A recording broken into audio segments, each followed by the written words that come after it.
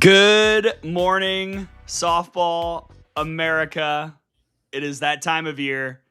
It's May 11th, and we have a bracket. Oh, it is right here. It is beautiful, sort of. I don't know. It's a little tough to read.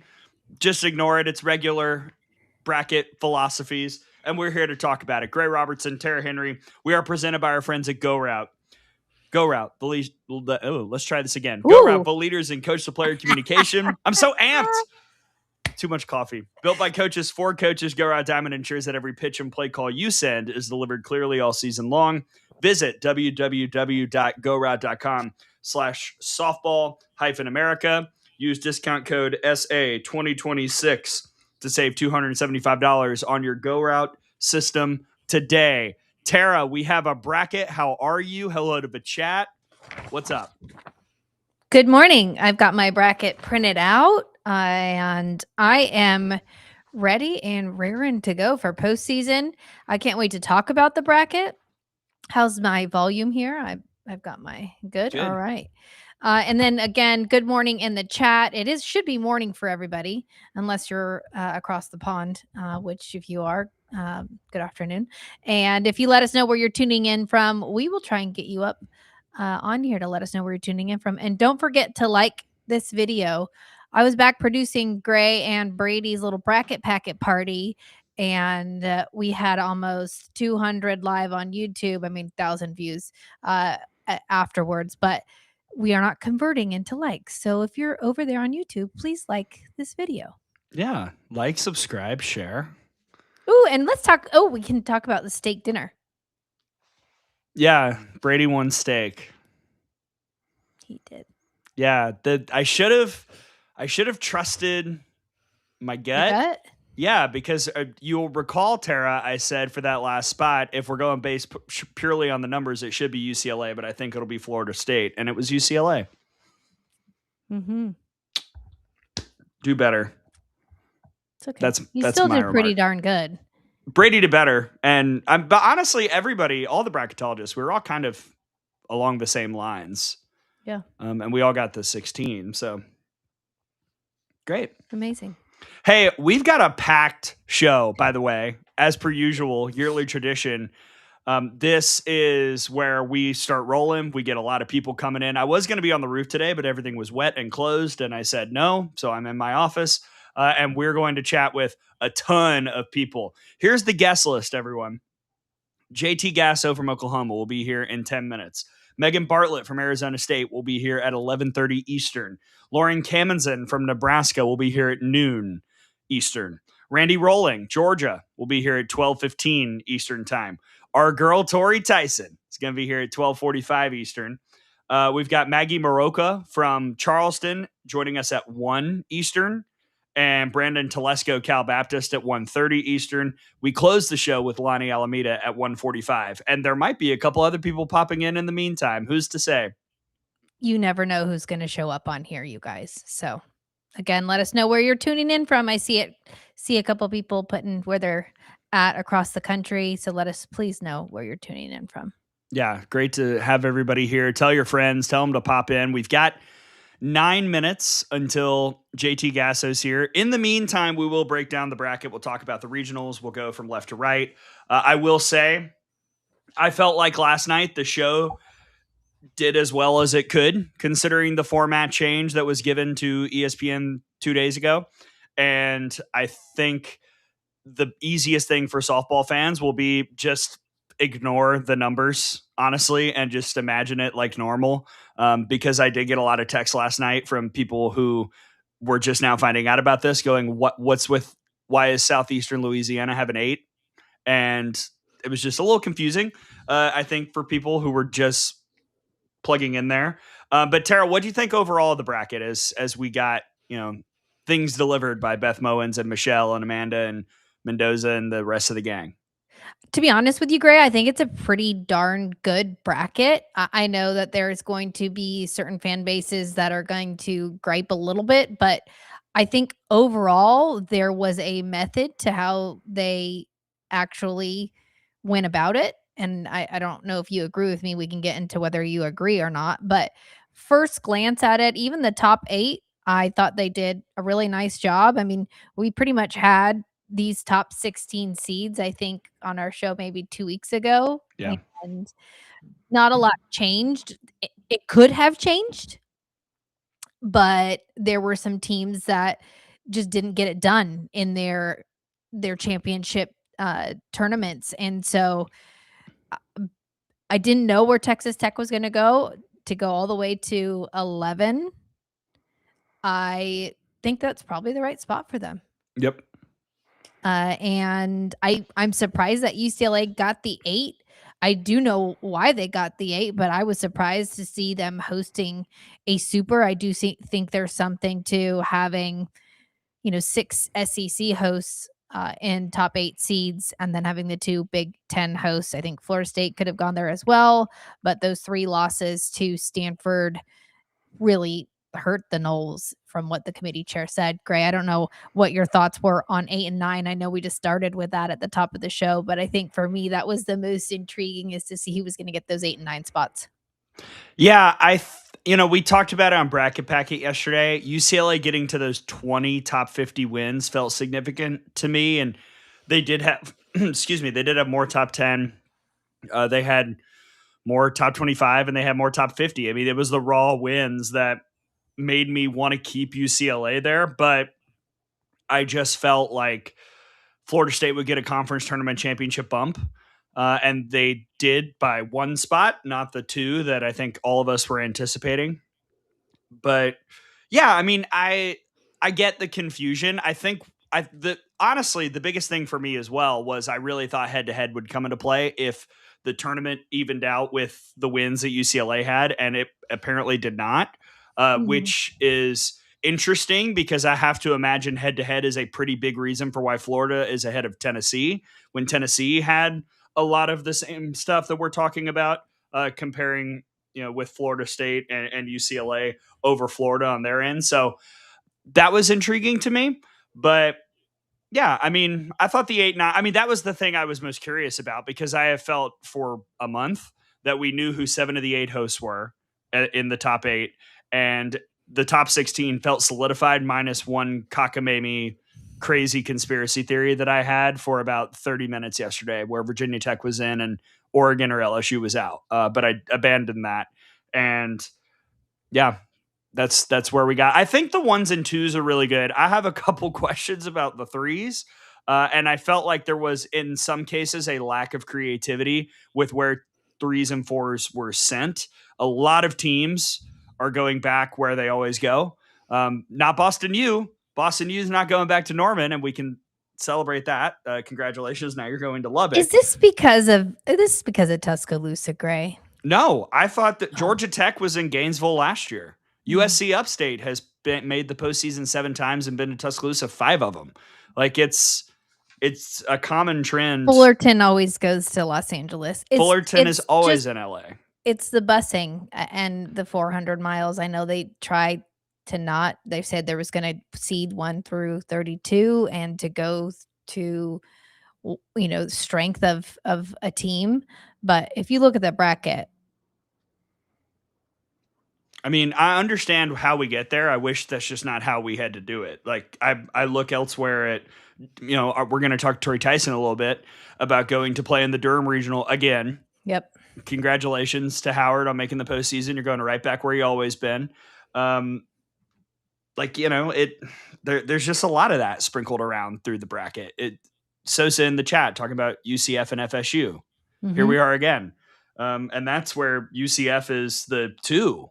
So it is what it is. That was kind of the one thing that perturbed me, was I felt like there were a couple easy flips in some cases of 3s and 4s. Yeah. where you could have resolved that issue. Because I hate it for the kids who make the postseason and they just keep going to the same place. That's not fun.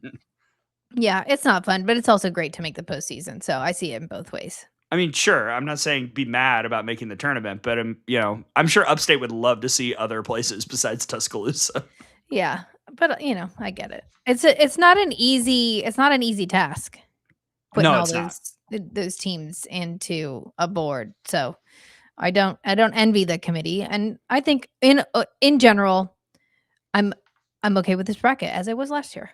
I mean, I think it'll be fun. That's the thing. Even when I have problems with the bracket, I always look at it and go, "This is going to be entertaining and it's going to be fun." And I see I see one in the chat saying Florida A&M went to Gainesville when they could have gone to Florida State. Yes, congratulations to FAMU going to another city in Florida. There are other places that these teams can go, but it is what it is. So I'm excited. We're going to break it down region by region as we go today. But we're also going to talk to a smattering of guests. And our first guest is going to be popping on with us in just a moment. I heard the bloop, and now I just need to see his smiling face on my screen, and then we'll bring him in. Maybe he's practicing his entrance. Is he going to Collinsworth slide again? He didn't do it. He didn't Collinsworth slide. Well, no, DJ did, but we got to we got to do better. We got to see how we can up the ante. Brotherly rivalry. I love it. Real quick before JT Gasso pops on, let's talk about Norman, where Oklahoma's the number 3 overall seed. They've got Kansas coming to town, Michigan as the 3. It's a tough 3. And Binghamton is the 4 seed, your champs out of the America East with Alyssa Allen and Maddie Dodig and Rachel Carey and a really, really, really good offense. It's intriguing. I think we're going to talk to JT about this in a minute. Like, you got a lot of powerful bats in this regional beyond the Sooners. Like, Oklahoma's going to hit home runs. Michigan and Kansas and Binghamton can do that as well. Yeah, and I've been really impressed. I think we've talked about Kansas and their offense and the improvement year over year and what we've seen from the Jayhawks with Ella Boyer there, the freshman phenom. And by the way, if you haven't headed on over to the site this morning, if you haven't been over there, please check it out. There's a roundtable discussion. I know Gray had talked a little bit about the Kansas Jayhawks over there on the roundtable. So just go on over there, take a look at what our immediate kind of thoughts were and reactions to the bracket. Everything is up on the website over there. But I agree with you, Gray. I think that the ball's going to leave the yard there. I think we're going to see a lot of home runs out of Oklahoma in the Norman Regional. And we can talk about those home runs with our first guest. Tara, we've got like 20 people coming on today. But we don't have 20. I did the guest list. That's why I said like 20. It's called a exaggeration. Okay. But I can't exaggerate some of the numbers that our buddy JT Gasso's offense is putting up in Norman, Oklahoma. So I believe he's ready. Oh, he is. Let's bring him in from backstage. A returning friend of the show. Ooh. JT Gasso from the Oklahoma Sooners joins us on Good Morning Softball America. Coach, happy postseason. How are you? I'm doing well. Listen, I felt like I was 80 years old looking at my camera, trying to figure out how to get camera permissions. I was like, what are we doing? Had to switch to Safari, big Chrome guy. So, yeah, sorry about that. No, you're good. So, good morning, JT. Tara, to answer your question, I'm not going to get in a cheese off with DJ Gasso. So if he wants to be cheesy, he can be cheesy. Shots fired. I love it. It's just a Monday. That's not nothing. Oh my goodness. Well, I want to start. We've got a lot of questions in the chat for you, and I'll give you one of these questions from Julie. She would like to know, can you please ask JT how practice has been going? Great. It's been going. We work hard, we do our thing. It's business as usual. Well, Oh I'll my ask. goodness. I love the answer. I'll ask about the response from the SEC tournament, because I know, especially head coach Gasso was really frustrated by the way the result went against Georgia. What have the conversations been like amongst the coaching staff that you can share as you get ready for postseason about, hey, this is maybe what we didn't do in that game or didn't do at the tail end of the regular season that we need to do once the NCAA tournament picks up? Yeah, just move forward. And as much as we try and diagnose what happened and whatnot, Georgia's a good team. And I mean, obviously, look at where they're at and their seedings and everything. And so, I think what happens is sometimes we might, when I say we, I'm just saying like just general population might look at results and like, hey, you swept them, should sweep them again, or whatever the case. And they're a tough team, and they're going to fight. They're going to do their thing. So sometimes you just get got, and that's what happened. So we just move forward, and now we're ready for this weekend. And JT, your offense is always exciting to watch. And again, it's not just one player, it's up and down the lineup. But we just talked a little bit about your regional, and I know you watched the show last night. When you take a look at who will be joining you in Norman and Binghamton and Michigan and Kansas, what does that preparation look like for you? And Gray and I talked a little bit about the other offenses on the other end. What does that look like when you're taking a look at those three other opponents? Yeah, there's just a lot of offense. I believe every team is hitting above 300, which is pretty nuts when you think about it. So it's you just go out and compete. And so Kansas is doing a really good job. Coach McFall's longtime family friend, and she used to coach here, by the way. So I've known her since I was like a kid, like a little kid. So and Justin's doing a great job over there. And Michigan historically is always going to be good. They got great coaches, and Binghamton when you're at this point, doesn't matter what your record is, doesn't matter anything. You are everyone here is a winner of something, or they're doing something really, really well. So we got our work cut out for us, and really excited for the challenge. Kendall Wells has been chasing history for a long time. I know everybody watching was probably like, goodness gracious, can we stop doing the promos into every single Kendall Wells at bat? And now over the weekend, we saw Megan Grant be the one that surpassed Laura Espinoza, and the race, I'm sure, is still very much on. Is that something that, like, I guess maybe you hope, even whether it was impacting her or not, just isn't discussed as much now that Megan Grant has passed her and it feels like she can just go again? Or is that even something that's entered your mind at all? Yeah, that was what was frustrating. I don't know, frustrating, but it's everywhere, and it's like they turn it into Kendall versus Megan Grant and Jordan Woolery and OU versus UCLA. We're not racing anyone. We're not going for anything like that. If anything, it was just a celebration of kind of her process and what she's done really well, and really proud of the season that she's had so far. But I know she would tell you that she's not done yet, and not just her. I think our entire team, and just feeling like, hey, let's play. And that's at the end of the day, we just want to play. And you're going to hear coaches say that. You're going to hear our players say that. We just want to play, and there's no that's what's been kind of tough is storylines. And just as much as we try and like stay in our own little bubble, you just can't get away from it sometimes. So we're just excited to just play, and this is the time of the season we've been waiting for all year. So really excited for everyone to experience that. And JT, I want to ask you a little bit about something a little different. The Gasso Center of Excellence for the Motor Preferences. I know that was just announced. Can you give us just a little background on how that came about, what that facility is going to be, and what that means for the sport of softball? Yeah, you might have to get the other Gasso. Is that you might be the only one to have four Gassos come in and do your podcast. My dad, Jim Gasso, owns a facility. We've had it for a really long time, Intensity, and so we've been working with David and Matt, Nick, and Matt with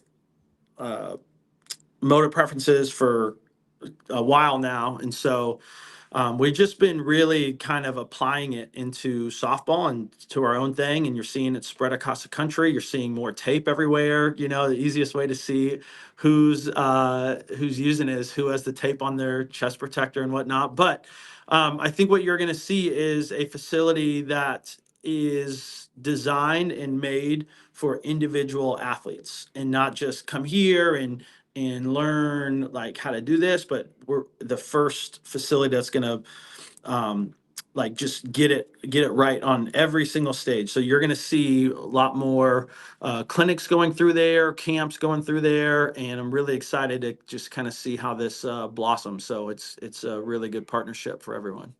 I know. That's Remember fantastic. when Kinsey Hansen was the only one that had the blue tape, and they just thought it was for calming purposes? Remember Oh that? my gosh, yeah, I saw that. I remember seeing that.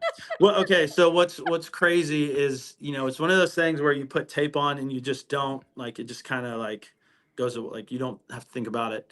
And so the very first time we did it, perfect game at Mississippi State. It was insane. So it was awesome. So just I'm not saying it was the reason. I'm just saying it happened. So we just haven't looked back since then. They said, hey, maybe we should try it, and we just did it. Boom, there it was.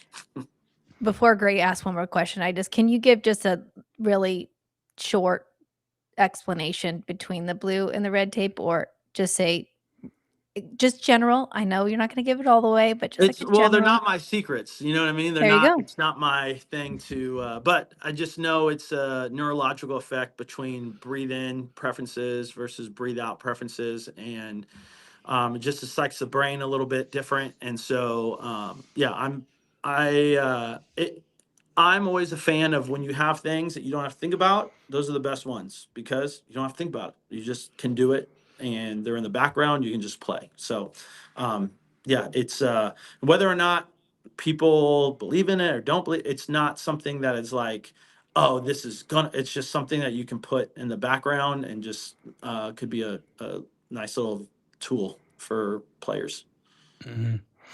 JT Gasso is our guest, the Oklahoma hitting guru and friend of the show. Coach Gasso, I want to ask about just overall mindset coming into regionals and then potentially supers and beyond. And I can't help but notice you talk about friends in coaching, who the potential supers matchup would be, 14 seed Oregon and Coach Lombardi. But what is the one thing, if you had to pick one thing that's really being stressed to the team right now going into this Norman regional, whether it be something strategically or something mechanically or something mentality wise? What is that message right now? Being present and just being right here for this weekend, and you're not looking ahead, you're not looking behind, you're just looking at what's right in front of you. So we've been, when we're present and we are, it's not like we've had a terrible season or anything like that. We've been playing well, and you would think that losing one out of 3 games that we've played, we're like the sky's falling, so and I have to go on record. Softball America does not hate Oklahoma, regardless of what might happen out there. I know you Gray, I know you don't hate Oklahoma. Tara, I know you don't hate Oklahoma. We can I stop the can't- show now. We're done. Thanks, everyone. Enjoy the postseason. It's my favorite thing, I think, is seeing is Brady get riled up, and it's one of the funniest things ever, because it seems I've met him like once, and he's just kind of like a neutral guy, and seeing him get riled up with his words is. But anyway, I would just say, like, being present. That's what we're trying to be. It's just right here, right now. Let's go and just attack what's there. Oh my goodness, that just made my day. And I'm guessing it made Brady's, because he's like, don't they know we don't hate them? I'm like, no, they know. The people that know. Well, last one for me. As you look ahead and go into another postseason, what are you most looking forward to as a coach? Because you've done it a couple times now, but what are you most looking forward to? What's your favorite part about the postseason?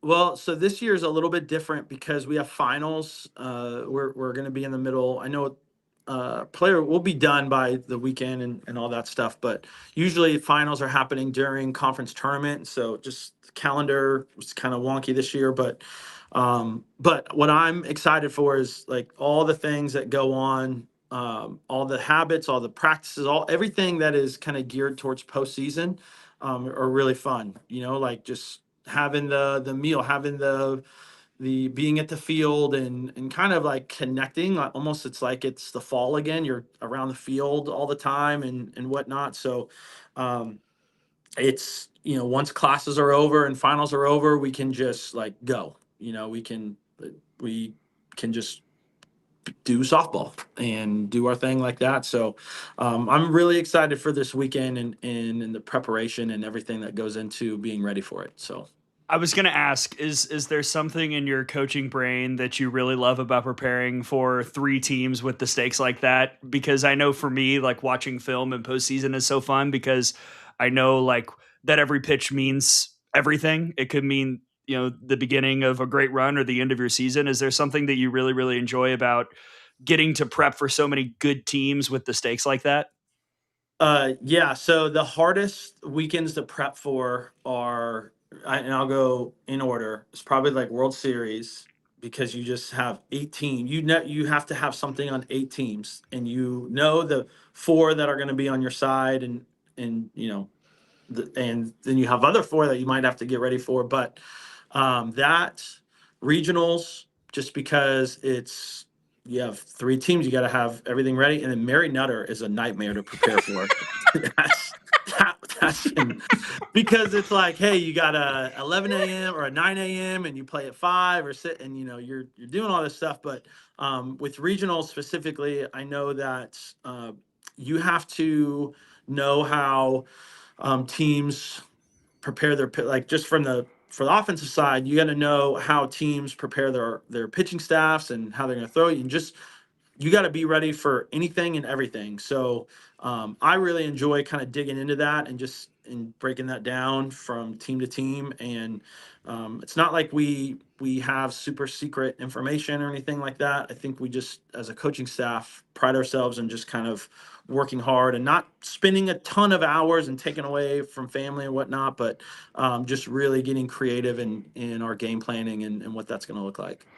We will see that game plan put to use at 3:30 Eastern time, not Central time, on Friday. Yeah, I was like, wait a minute. 3:30 Eastern. Sorry, the SEC tournament messed late. with me. I was not prepared for Lexington to be Eastern. Yeah, I was. It got to midnight quick in Kentucky. Yes, it did. Like real quick.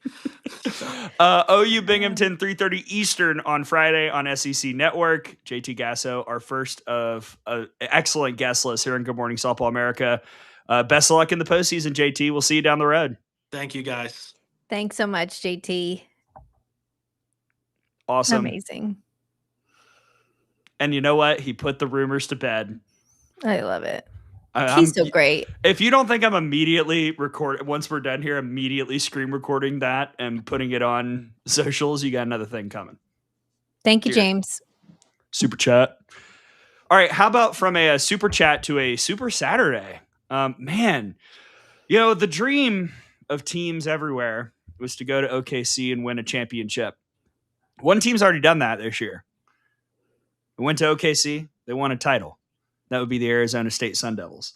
Our second guest of the day, joining us on Good Morning Softball America, is the head coach of your Big 12 tournament champions from Arizona State, Megan Bartlett.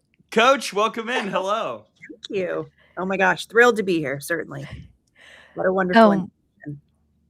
Oh my goodness. Well, I want to ask you about what the wonderful introduction that Gray just graced us with about the weekend. Like, gosh, watching that run from the other side and seeing that team play and the grit and the enthusiasm for you. What was that week like, and coming home with a championship title for a tournament? Oh my gosh, the girls keep calling it a fever dream. But it was incredible. Like, they went in with a chip on their shoulder, just on a mission. And I feel like we just executed all the facets of the game at a really high level the whole week. They never got sped up. They never got overwhelmed. We just kept swinging the bats, putting pressure, got some wonderful pitching performances, and some really stellar defensive play, especially from Brooklyn Ulrich. So we had talked about that the whole year. Like, how do we consistently put all the facets together, in stacked days? And they finally figured it out at a good time. What went into, I guess, the offensive preparation in this field, knowing that you were going to see some really strong pitching? I mean, you got Ruby Malin in the semifinals. You hit her. You got Nyjah and Caitlin Terry in the championship. You were able to hit home runs off both of them. What were you able to take maybe from watching them in film and some of the regular season matchups into the tournament that made you so successful offensively? Man, Josh Bloomer does such an incredible job with this offense. And I will tell you, those poor girls never get a day off. So that preparation truly started back in August. Practices are difficult, and he is so good at what he does, especially from a preparation standpoint.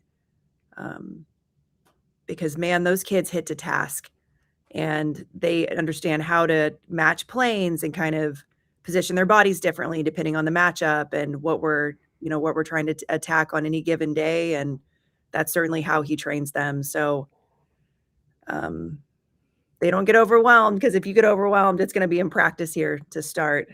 So truly, by the time he was kind of changing, not changing, but kind of altering the game plan as the game went on, I'm just seeing a lot of like shaking the head. Yes. Like, yeah, we got it, coach. And I'm like, all right, we've got something now. But yeah, they did a tremendous job, and they're pretty much ready for anything that gets thrown at them, because he does it all the time. So, well, it looks like it. they look like they're not fazed by anything. I want to ask you about Kenzie Brown being drafted to the AUSL and her growth, and not only about Kenzie Brown, but the addition of John Bartfelt kind of at the last moment. And I know he recruited her at Tulsa, and I think there's a really great synergy happening between those two. But can you just let our fans or your fans and viewers know about what that's been like to see Kenzie's growth, and then to see her working with Coach Bartfelt? Yeah, Mackenzie, just for me, the way she kind of became what we know as Mackenzie Brown is just generational. It was like good old fashioned hard work and belief, truly. That kid came to us on limited innings, and she stayed every summer break. She stayed every winter break, and she's lifting and she's running and she's adding to her pitch profile. And she always worked with a great velocity. But really, the kid, she's going to do so well professionally. Like, I'm so excited for the Cascade. They don't even know what a great kid, great pitcher they just got, because she has all the tricks. Like, if there's a way to miss a barrel, she's got it. She can go up, she can go down. She's got 2 off-speed pitches. She can go east-west. But gosh, then the addition of John was just kind of like the cherry on top. I feel like he's really been able to prepare her for the next level, really polish the game planning up a little bit. He certainly holds her very accountable to hitting her spots, and with Kenzie, sometimes it's hitting the quadrant. That ball moves like a wiffle ball, and there's days that she's like, all right, just got to get the body parts under control that movement. And John's been tremendous in that respect, but he so seamlessly just fit in when he got here. He is brilliant. He works so hard. He is, if you've been around John, like one of the calmest personalities ever, like never gets too high, never gets too low. He's very direct. He's very intelligent. And the girls. And then if you've met his wife, the lovely Miss Barb, who her baked goods are famous now on this side of the Mississippi. And she cooks for the girls all the time. And she's just like this ray of sunshine to have in the clubhouse. The Barkfelds just so easily, I think, fit within our clubhouse and our culture. And we haven't looked back. It's just been tremendous to have him here. The man knows how to win. I'm very intrigued in Miss Barb's baked goods. What's the specialty? Like, what's the favorite? Oh God, she does these little fruit tarts, right? Ooh. So it's like the sugar cookie base, and then it's got the filling and the fruit on top, and she does these Oreo balls. And truly, the woman now has to like hide a couple and put them on my desk before she sets them out, because our ravenous little sun devils just like, they're gone in like 2 minutes. Barb was like, oh, I brought treats in today. And I'm like, I did not even see the treats. The kids just devoured them. So she's learned to hide some back. She's a very sweet lady. Well, I assume that Miss Barb is going to load up for this trip to College Station for regionals. You've got the 15 national seed Texas A&M. Arizona State opens with McNeese on Friday. What was the reaction in the room when you saw where the team was going? I know a lot of us, Brady had this picked this week. A lot of us anticipated this being the matchup, but what was the reaction when you saw the draw? Yeah, they're excited. We were kind of just truly ready for whatever came at us. I think we saw 8 different places on bracketology. So as we're kind of ticking down the list, it's like, okay, not that, not that. But you know, the girls they're going to be ready for whatever gets thrown at them. And we're pretty excited. Yeah. I mean, what does this week look like for you? I know obviously you got to travel on the road, but when preparing to head on out, what does the schedule look like? And you know, what's happening today and the next couple of days? And I'm sure they're getting excited knowing that they're heading on out and obviously celebrating the win. Yeah, excited to carry the momentum for sure. Yeah, we're going to get a ton of good prep in today. I think we've got some kids kind of rolling individually into the cages as the staff's kind of getting prepared. We'll get a good practice in tomorrow, watch a lot of film, and then we'll take off on Wednesday, practice day, Thursday in College Station. So it's a quick one. Man, this week always goes by. Nobody really sleeps. It goes by really quickly. So we have to make sure the kids get rest.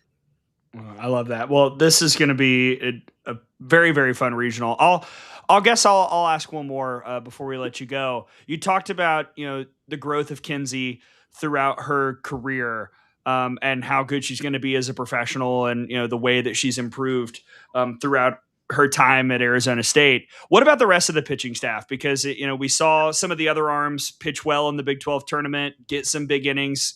I'm sure, you know, like if you want to win the national championship, it would be very hard to do that if Kinsey pitches every single inning of this tournament. How are you preparing the rest of the arms to be ready for this stage? I mean, Mika and Aisa gave us a beautiful game, right? They won that Oklahoma State game. Mika is another one, like, my goodness, you watch her growth from the time she was a freshman to now. It's been pretty tremendous too. John's been incredible for her. She's got a little bit of an off-speed pitch to go with those drop balls and the velo. She can tick it up a little bit now too. So the reality of Mika, she's gotten a ton of work and a ton of innings while she's been here. And you're going to get through a regional, you're going to need multiple arms. And that's just kind of, you know, the world we live in these days. You know, Katie Burkhart, Dallas Escobedo, I'm just going to throw 350 innings in a year and everybody get out of my way. That would be really lovely. But these kids just start pitching so early now. You know, they're playing year round from the time they're 10 and the bodies just aren't hanging on as long. So, yeah, we will definitely be putting Mika and Aisa to work. And, you know, they're both veterans and studs with a lot of innings under their belts, and they're certainly going to be ready for it. But it's going to take the whole staff. Well, Coach Bartlett, we know you've got to run, and we just want to thank you so much for jumping on here with us today. Best of luck. Safe travels, and we'll be watching. That sounds great. Thanks, y'all. Thanks, Coach. Good to see you. Thank you. Arizona State head coach Megan Bartlett joining us in Good Morning Softball America, part of the College Station Regional that includes 15 overall seed Texas A&M and their 2 seed Arizona State, the 3 seed McNeese, and the 4 seed UConn. McNeese, your Southland Conference champions, UConn winners out of the Big East. And congratulations to those 2 programs. But man, oh man, the A&M Arizona State of it all sure is eye-catching when you look at this bracket, Tara. Oh, absolutely. And I want to thank Chris Brown for getting Megan on here with us today. I know that everybody's got some crazy schedules happening. So just appreciate you, Chris. Yes. I mean, gosh, when we were doing those roundtables, Gray, when you take a look at this College Station Regional and then to be paired up with potentially Austin Regional and Texas in the Supers, this is a really interesting part of the bracket. We can say that a really interesting part of the what are we calling it? Quadrant. The bottom quadrant of the bracket is really interesting to me. And I think ultimately it will be Texas A&M and Arizona State battling it out there. But we could see McNeese get in there and UConn as well. I think for me, that Texas A&M Texas potential super matchup could get spoiled by the Sun Devils. 100%. I mean, like if you get a pitcher who goes on a run in the postseason, it's very, very, very hard to shut that down. And Kinsey Brown was unbelievable against Texas Tech and seems to be kind of pitching her best ball right now, which is a very, very bad sign for the teams that have to face her. I think the bigger thing for me, we're always looking at one matchup, like how does Kinsey do against Texas A&M? I want to see how the Arizona State offense does against the Sydneys, Lessentine and Peters, who have occasionally had issues giving up the long ball. How did Arizona State beat Texas Tech? 3 home runs in 1 inning. That was the difference. So we'll see how the Arizona State offense does against some of those arms. And McNeese has not necessarily acquitted themselves super well against big teams this year, but we have seen in the past McNeese make regionals very complicated for Power 4 teams. So don't sleep on the Cowgirls. Well, and I agree with you, Gray. I think figuring out what Texas A&M's pitching staff is able to do against this offense. I was just looking at the offensive numbers that Arizona State has put up this year. They've got 5 players over that OPS over 1,000. Katie Chester has 19 home runs on the year. That I looked that up yesterday, and I was like, wow, I didn't know she was at 18. They've got 4 with double-digit home runs. So that is an offense that has a ton of firepower. So I think that College Station regional is going to be really exciting between those two teams. And again, a tough draw. But when we take a look at Texas A&M is the overall number 15 seed, the 14, 15, and 16 seed region, those 2 seeds are the ones that are going to be the most hungry because those were the ones that could possibly potentially host and be sleeping in their own beds, right? So right. Between Arizona State, which had just that incredible run in the Big 12 tournament to win the title, and then when you take a look at LSU and Virginia Tech, I don't know if we want to go over there yet, but same thing there. Virginia Tech was a potential host. And then Oregon, Mississippi State. I know Brady thinks that's the toughest regional, and that is again up on the site. Eugene is going to be a tough regional for Mississippi State to get out of, or for Oregon, Mississippi State in there, as well as a St. Mary's team that has defeated both Stanford and Washington.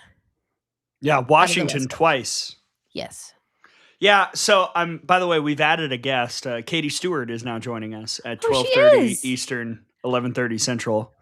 I just received the text. Many thanks to Grace.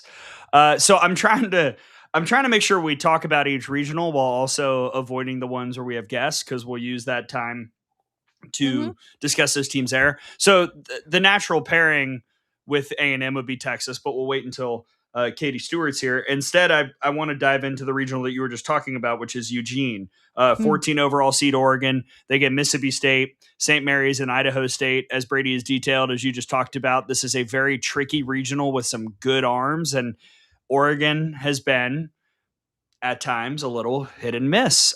Lindsey Grind did not throw well against Wisconsin in the Big Ten tournament. And Mississippi State is a team that, as we've detailed, I think is going to be a tough prep postseason, but probably the only easy time, quote unquote, that it would be that first game. So we saw them in the first game of the SEC tournament when, or I should say the first couple games, when Kentucky had some time to get ready for Mississippi State, and Arkansas had a little bit of time to get ready for Mississippi State, probably a little more time, thinking you're facing the 10 as opposed to the 15.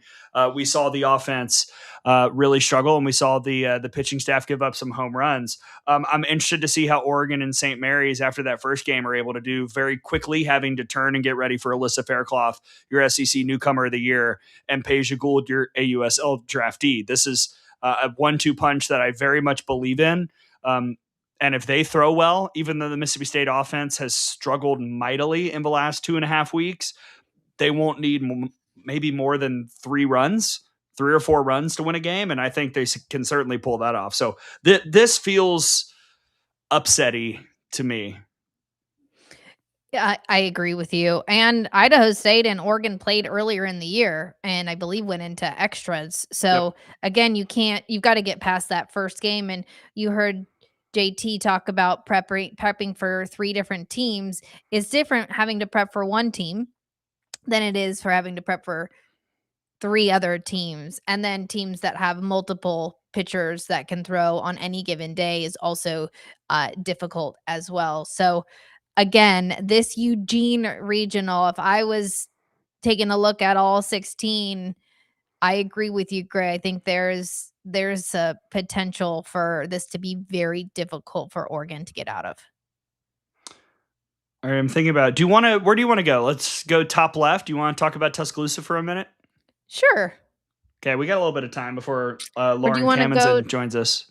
So, yeah, okay. Let's do that. Yeah, let's talk about Tuscaloosa. We're number 1 seed Alabama, number 1 overall seed is there with Southeastern, who gets in the field comfortably, which is really, really awesome. Congratulations to Rick Freeman and the Lady Lions for joining us in Tuscaloosa and joining the field.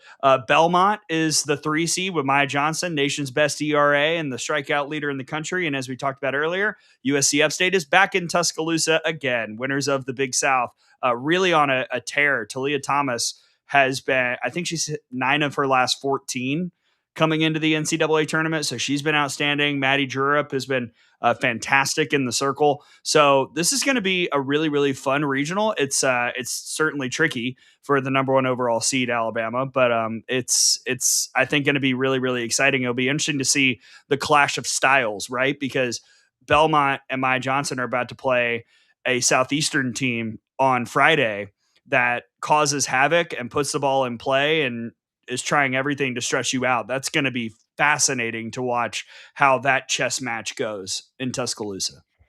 Well, I mean, I literally was just starting prep for each regional to make sure that we've got some notes on there. And again, this is the pitching regional as well, with 3 teams under a 2 ERA. I think Upstate is the only team that isn't under 2 in terms of ERA. But Upstate, they're 18th in the country in stolen bases, so there's some speed there. Again, you talked about Belmont and Maya Johnson. I think, again, for Southeastern, they're first in stolen bases. Yeah. And triples. So a lot of speed in this regional and a lot of great pitchers as well. So this is going to be my gut reaction to this, Gray, and I know that you were at the party, was, this is a tough regional for a 1 seed, was my gut reaction because of all those things. And I loved Maya Johnson's interview last night on 7 Innings Live. I thought just the way she carries herself, the way she leads that team, a lot of confidence there from Belmont. So between those 4, that's not an easy regional for a number 1 seed. No, it's not. I really think Belmont Southeastern is going to be a battle, and we'll see who brings it. It's going to be a lot of fun. I think clean defense is going to be the key, right? All weekend long. Like, who you got teams that are going to put it in play. Belmont probably has, I don't have the batting averages in front of me, but you would probably say it's the weakest statistically of the top 3 seed offenses. 2 over 1,000 OPS with 8 home runs is the high on there with Nicole Hughes. Yeah. Right. But if you commit errors, it really doesn't matter. I mean, so who can play the cleanest defense behind those pitching staffs? That'll be a massive, massive key. And, how much of an impact does the Rhodes House have? Because the Friday game is early. It's at noon. So we'll see what the crowd looks like for, a work day at noon. I'm sure it'll probably still be pretty strong, but it'll be interesting to see, how the people show up in Tuscaloosa. Yeah, and I mean, in terms of the dance moves, I see a comment about Murph's dance moves. I loved Murph's dance moves. I love Southeastern's reaction as well. It's ecstatic. It's the first at large bid since 2003 for them in the Southland. which was Texas State back in the day in 2003. So that's a long time. And they had that tough road trip that they went through Texas, Oklahoma. So this is a battle tested Lady Lions team. And again, between their celebration, Murph's dance, the Maya Johnson's interview, this is going to be a great regional. Yeah, I'll just add real quick. Southeastern has been to the regional final the last 2 years. They've made regionals, so you never know. We'll see what happens. Okay, let's move on to, I see Nick is in the chat. Hi, Nick. I don't believe we have anyone from the Baton Rouge regional coming on the show, so let's talk for a couple minutes about the 16 overall seed LSU. Their 2 seed is Virginia Tech. 3 seed is Sunbelt champ, tourney champ, South Alabama with Riley Harrison, who has been absolutely on fire the last few weeks. And Akron, your champs out of the MAC, 88 in the RPI. Fun. I mean, Virginia Tech is playing very well. They're getting great pitching performances the last few weeks, which makes me think this could sneakily be, especially in a park where home runs are hard to come by, this could sneakily be a pretty low-scoring regional all the way around. Yeah, I agree. And again, we talked about those seeds that entering the last week into conference tournaments that could potentially host, and Virginia Tech is one of those. We had Pete on, I think it was last week as well, and I think they're in a pretty good spot and made a nice run through the ACC tournament, but that's going to be the biggest test for LSU. I mean, you can't count out South Alabama. That was quite a final with Texas State against Matty Azua there. I think these 13, 14, 15, 16 seeds we're seeing those tougher regionals with the bucketing, with those buckets. And yes, Nick is going to have some breakfast sandwiches ready, potentially. Actually, that's me. I'm the one that's chefing. Oh, Gray is having them. Yes, Nick's job is to bring the boudin egg rolls. That's should that potential supers matchup exist. We ready should bring Fang and Nick on here. Look at all this information those two got. I love it. We should have just had Nick as our guest from LSU. Honestly, Nick, come on in. I can send you the link. I mean, we got Lauren Camenzind joining us in 5. I don't know if we can only talk to Nick in 5 minutes. No, it's going to be like 5 hours. Yeah, that's why one day we're going to do the Dirt Gray and Nick edition. Nick. Yeah. This is going to be a popular pick. I think a lot of people are going to be looking at Virginia Tech. It feels like a 50-50 proposition, this regional, but South Alabama really does throw a wrench in because Virginia Tech is going to have to bring it from the jump. And I know LSU is going to be ultra focused after what happened last year with 4 seed Southeastern. They're not going to do any saving of the arms. They're not going to do any looking over the opponent against Akron, the 4 seed as well. So it's going to be a lot of fun. I did see the report that the NCAA denied Virginia Tech's hosting bid. However, that did not come into play for why they aren't hosting. It was resume based, which I believe is correct. I don't know why they shared the information that the bid was denied. That seemed unnecessary to say. Just say the non-conference SOS wasn't good enough. But it'll be interesting to see if that kind of, that reporting is something that Coach DeMore can use to get his team even more fired up. I know Virginia Tech really, really, really wants to come out of one of these regionals against an SEC team, and I'm sure they're going to be riled up anyway, but this could be a little extra motivation. Oh, absolutely. And I think you said we might not see a lot of home runs. I think it could go one way or the other. I think the LSU offense could potentially get hot, and I think the Hokies offense could get hot. It depends on what happens in the circle. Bree Carrico and Mazzoni. I just think even with the LSU Tigers, are they going to use Jaden Heavner? Are they going to use Peyton Monticelli? Are they going to use CC Salora? Again, it's going to start in the circle. And I know we said this on our last regional, but defense is going to be key. And limiting, it's just stopping the bleeding. I think we saw that a lot in conference tournaments. It's whoever could stop the bleeding the fastest when things got out of hand is the team that ultimately would come out on top. 100%. So a fun regional. I thought our next guest had popped on, but I guess not. Yeah, me too. That's why I was looking on here. Did you get the link over to Grace? Did she have the link? Okay, great. All good. Sorry, you guys. That's why I was trying to link up and talk about Virginia Tech, LSU. We do everything over here, Gray and I. Yeah, I am going to. Brady's at the zoo. Brady is at the zoo.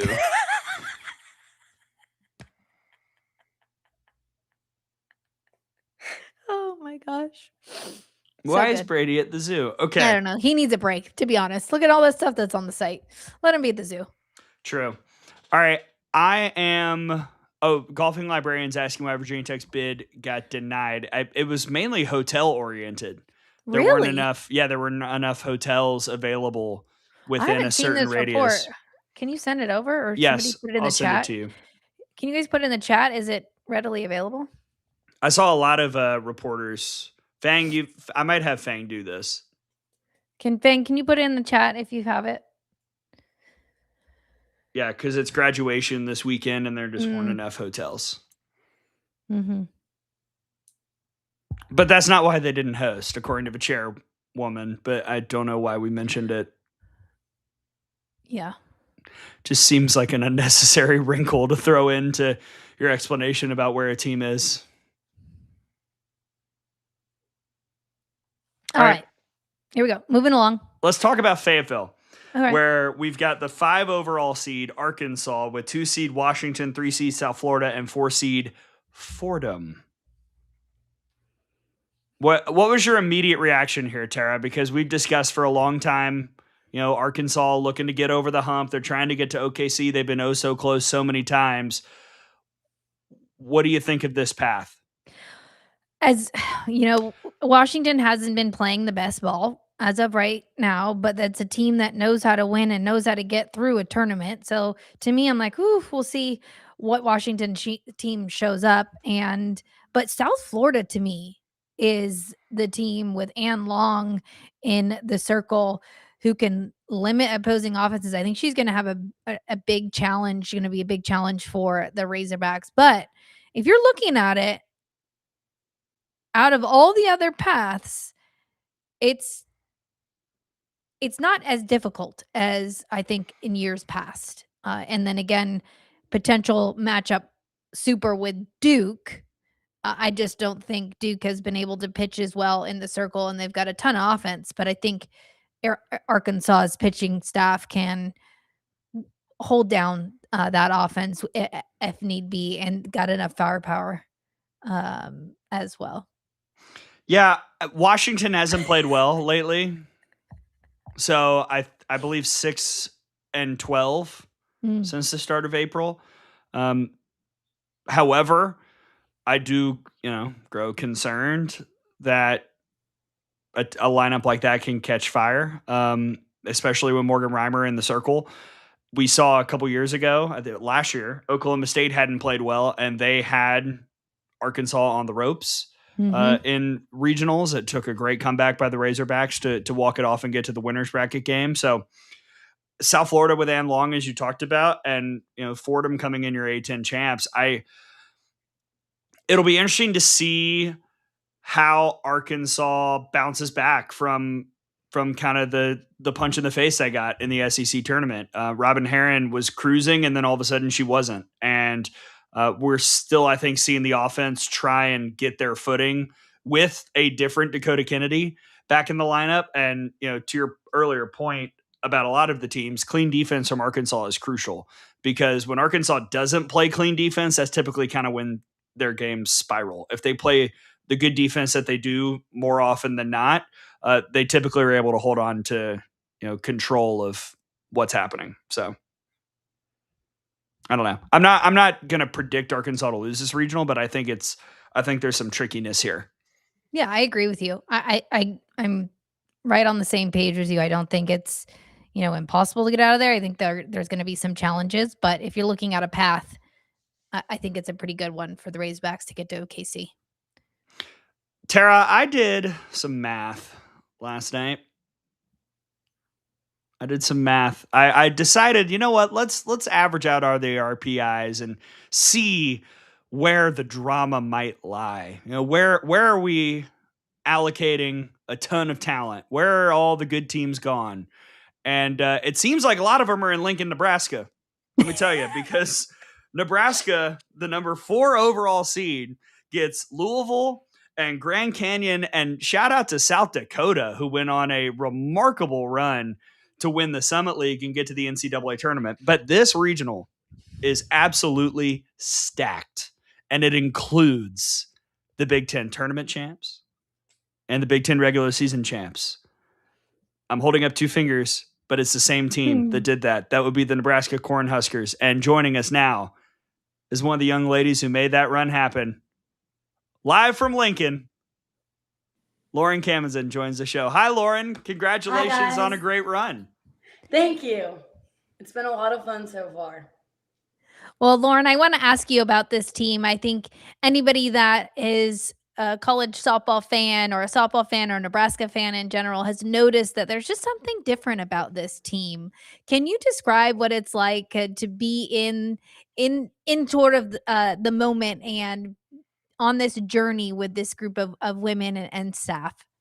I think it's just been so special. We're such a group that's just bought into each other and bought into one more day with each other, and every day that we get to get on the field to practice or to play, we're always just fighting for one more day with each other, and that's kind of been what we've stuck to this whole year. And we're a group who just loves to be around each other, and we play with so much joy and love for the game and love for this program, and we just love to be around each other. You've been playing alongside your sister every step of the way, you and Hannah, you know, starting at Arkansas, playing at Nebraska. How much have you enjoyed kind of being alongside her, watching her grow into the player that she has this year, and I'm sure vice versa for her watching you? Yeah, it's been really special just to see how much we've grown through our 4 years of college, and just to see, especially for Hannah, to have the year that she's having this year. I'm just so proud of her. I mean, our college journeys haven't been easy, and just sticking with it and buying into the process throughout the 4 years, and she's having such a great year, and I couldn't be more excited to be kind of firsthand experience with her behind the scenes and just to get to see her flourish out there. And Lauren, I want to ask you about the beginning of season and then all the way up to now. Looking back at the start of the season, do you think that this group knew that you would be right here as one of the top seeds in the country with both a conference title and a tournament title? I mean, it was definitely our goal. I mean, all along we wanted to win the Big Tens, and we wanted to do it for regular season and for the tournament. I think going into the first couple of weekends, we were so focused on just preseason and like every team that was in front of us. So I think these past few weeks after we won the regular season and the Big Ten tournament, we've kind of sat back and like realized what happened a little bit for a few days. And it's just been so rewarding because before we were just so focused on what was next, like get this game done and then we're on to the next one. And we were so motivated that way by winning this pitch, this moment, and then going on to the next one, that we finally have been able to like kind of sit back and be like, oh my gosh, like we did just do that. Let's talk about Randi Rowling, who is look, Tara and I had this discussion Q&A last week. Somebody said, what have been your favorite moments this year? I think my favorite interview has been with your head coach, Randi Rowling, who is such a delight and an incredible person. What is she like behind the scenes? Because we see the videos of her on the field, and I know we'll talk about Delta Dawn in just a moment. But how much have you enjoyed, learning from her in those quieter moments in the locker room, or just talking to her in her office or in practice? Yeah, she's been exactly who we needed to be this year as our team. I mean, we're a group who likes to have a lot of fun, and sometimes that can be too much fun a little bit, but she lets us be who we need to be. And I think that's been one of the most special things for this group is she hasn't really reined us back, and she's let us have our moments, and she's let us be the group that we need to be. And she hasn't really changed us in any way. And I feel like that's why our group has flourished so much this year, is because of her and the staff, and they haven't led us down this narrow path of who we need to be, and just allowed us to find out who we're going to be just being around each other. All right, Delta Dawn, who sparked the learning of the lyrics? Wait, Gray, you have to preface this. You have to preface this for the people who haven't seen it.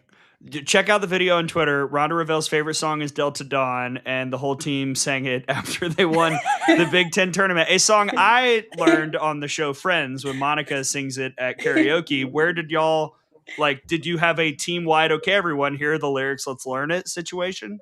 So every year when you're on the team, when you're a newbie, you have to sing on our first bus trip a karaoke song. And so last year, we all got on and sang. And then we were like, okay, well, we've never heard the coaches sing. So we made all of the coaches go and sing their karaoke song. And so Delta Dawn was her karaoke song. And come to find out, Delta Dawn has been her song forever. And so then ever since then, whenever we get a big win or have a great weekend, we always get on the bus and sing Delta Dawn. And so then when we won the regular season, it played when we were at Penn State.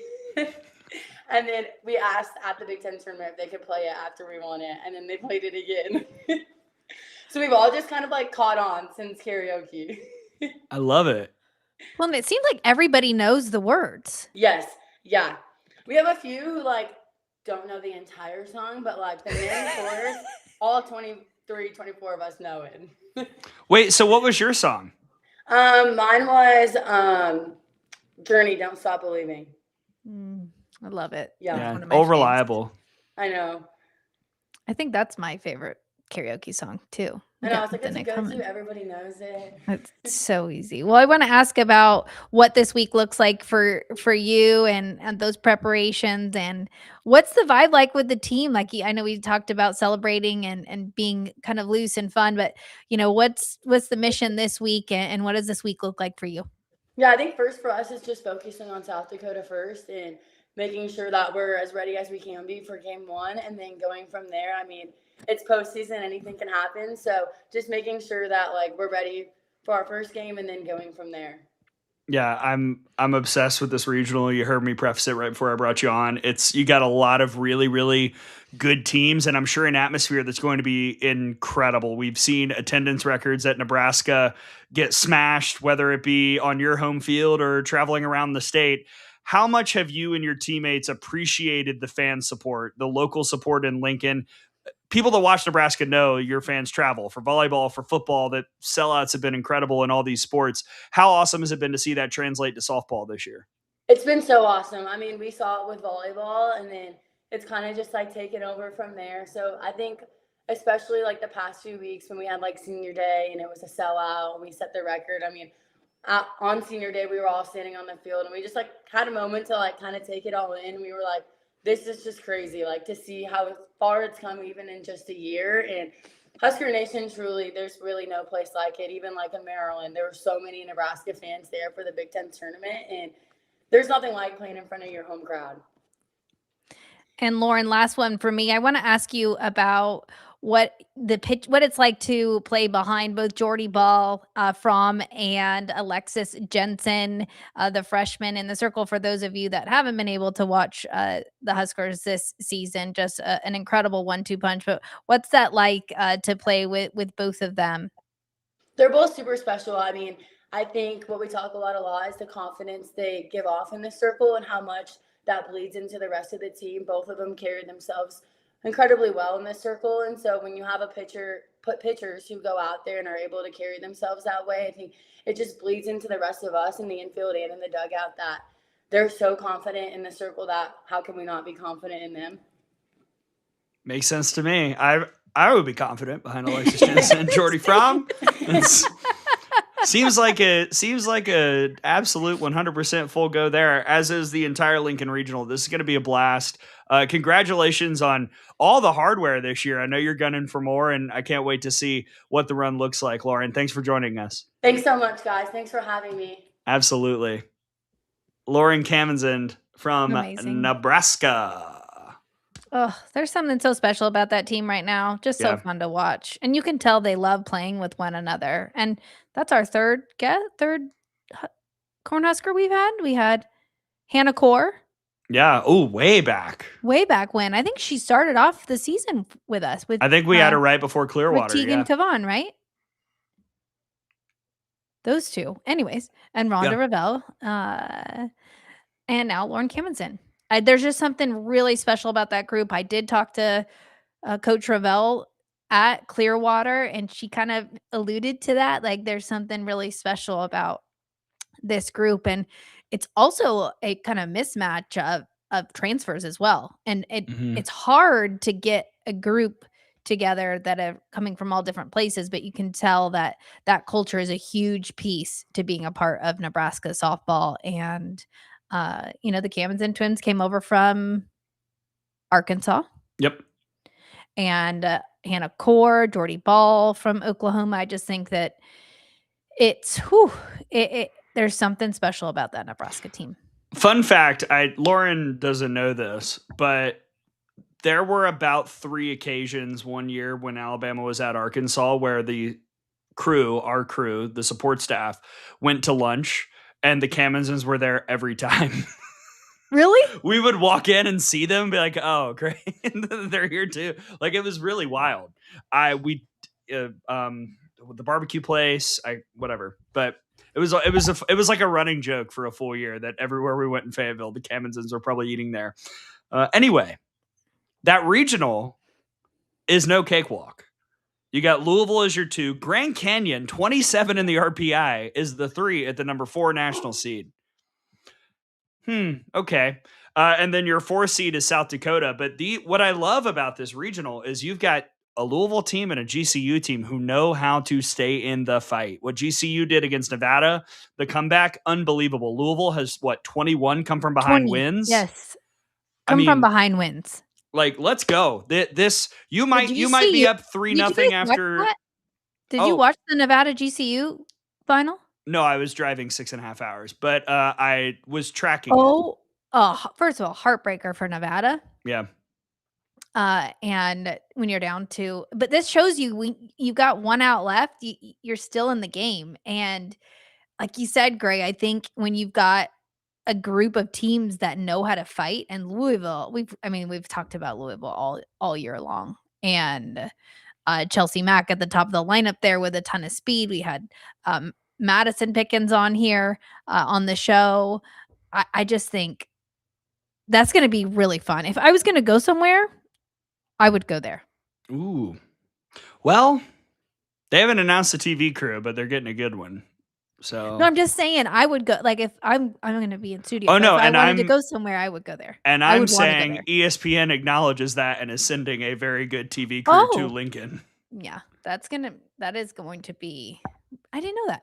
Yeah, I only know like 2, and that's one of them. Oh, breaking news.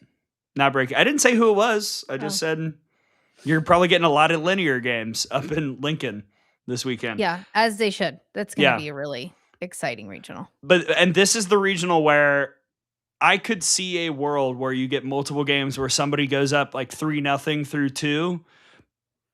Don't turn that dial. Don't shut down that stat broadcast just because it's 5-1 in the 4th. There is deep potential for chaos in the latter stages of innings there. And Nebraska, I'm sure, is going to be absolutely hopping. It's going to be a lot of fun. All right, in a moment, we're going to be joined. Oh, Randy's going to be a little bit tardy. I just got a message. Okay. They're just finishing up practice. Let's go to another regional. Let's go to, let's see, Nebraska is the 4. Let's go to the 13 seed. They're supers pairing. I don't believe we have anyone from here. Stillwater. Ooh. Yeah, we got Oklahoma State. We have Stanford. We have Princeton, the Ivy champs, as the 3 seed, which is interesting. Shout out to Princeton for winning the Ivy League. They're going to be fun to watch. And Eastern Illinois, your champs out of the OVC. We've seen these 1s and 2s play. That was way back early in the year at Stanford. Stanford beat Oklahoma State twice, and now here we are in Stillwater. We'll see if Stanford can find the consistency necessary to take down Ruby Malin, and we'll see how many pitches Ruby Malin throws in this regional, which is probably most of them. Yes, hold on 1 second. I'm just sorting out our guests really quick. Just keep going. That's fine. I'll talk about it. Princeton, I'm a little surprised they were a 3. They were 83 in the RPI, but let's do what you got to do there. And Stanford, when they're on, they're very, very dangerous. And that offense is so good, but they've really kind of lately only gotten the necessary pitching from Zoe Prostyko, and that's it. The other arms really have not held up their end of the bargain. I see Oklahoma State coming out of this, but we could see some really epic battles between the Cardinal and the Cowgirls. Oh, absolutely. And again, playing in the beginning of the season, that was in week 1 when Stanford Stadium was available to play in. And then 2 weeks, I think, after it wasn't. And then they went back. Right. Everything was fine. And then it wasn't. But with Zoe Prostyko is on for the Stanford Cardinal, I just think we saw them play well against Florida State. They swept Florida State. Yeah. And so there are moments of greatness. Taryn Kern, River Mailer had a big clutch hit in the ACC tournament. I just think there's all the pieces there. I think that's an incredible coaching staff at Stanford. I'm a little bummed they're not hosting, to be honest, because the new stadium. But again, this is another one of those teams, like I said, Gray, that the 13, 14, 15, 16, where those 2 seeds are going to be hungry. Yeah. Interesting fun fact from Xavier. Oh. Fun fact, but Oklahoma State started by wanting to be Princeton of the Plains, which is why their colors are orange and black. Randy's going to join us at 1:15 now. So, a lot of these coaches and players are in practice. So we're just flexible here, right? Gray, good talent is flexible. Yeah, that's cool with me. I mean, we're going to be on, so. Yeah. And that's an available time slot. Everything's fine. Yeah. So Randy Rowling is now 1:15 Eastern. So our next guest will be Katie Stewart, with whom I have been sending links to. So here we go. Let's move right along. We will hold Athens, the discussion for Athens. And I guess now is a possible time to dig into, well, let's see. Where do you want to go, Terry? You tell me. All right. We've done 1:16. Have we done 9? Well, we can do 8 before we head over to, we can do that before we get Lonni on here. Let's go. Did we do Texas? The 2 Let's do Tennessee and then Texas.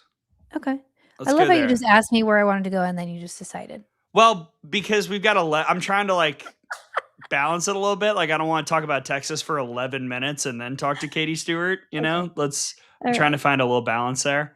There you go. Then just go there. I'm ready. Okay. We'll talk Texas in 5. Tennessee is now the number 7 overall seed with Virginia, Indiana, and Northern Kentucky coming in. What do you think? What was your main takeaway here? What was the storyline that stuck out to you? I know you've been putting your notes together for studio.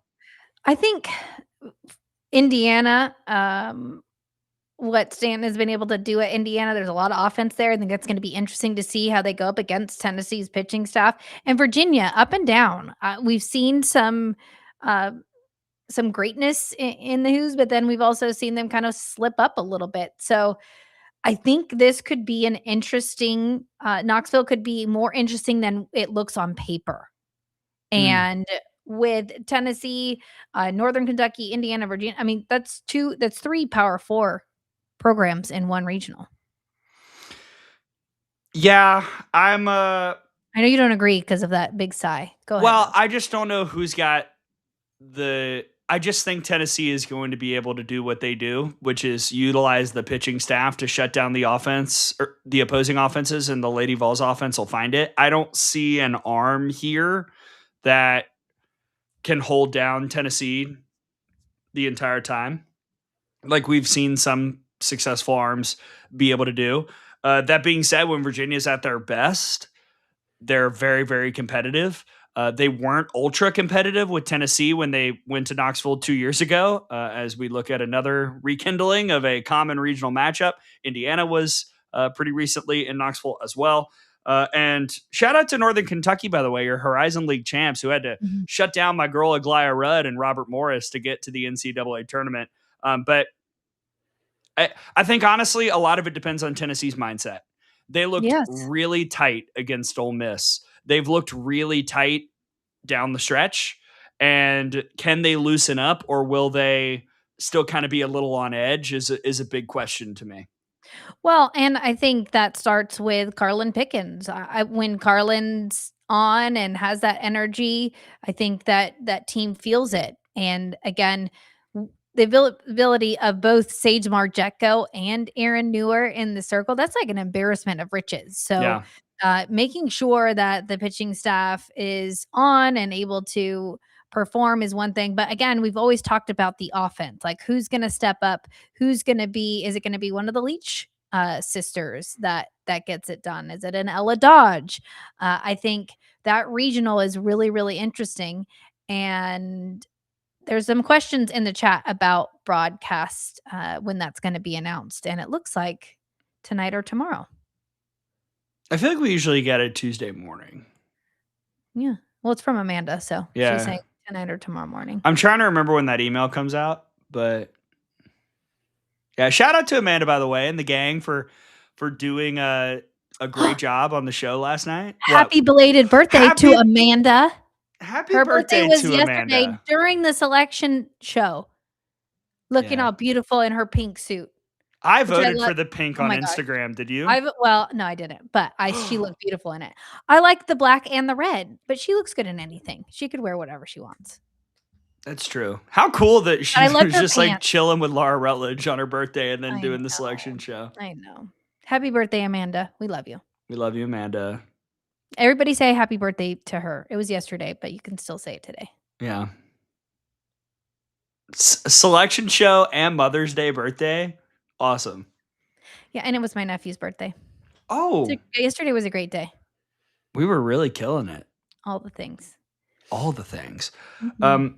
Yeah, so we'll see how Van Bran and all these bats that Virginia has and Macy how they combat the Tennessee pitching staff. That's the big matchup to me. But I do like Tennessee here. I think that's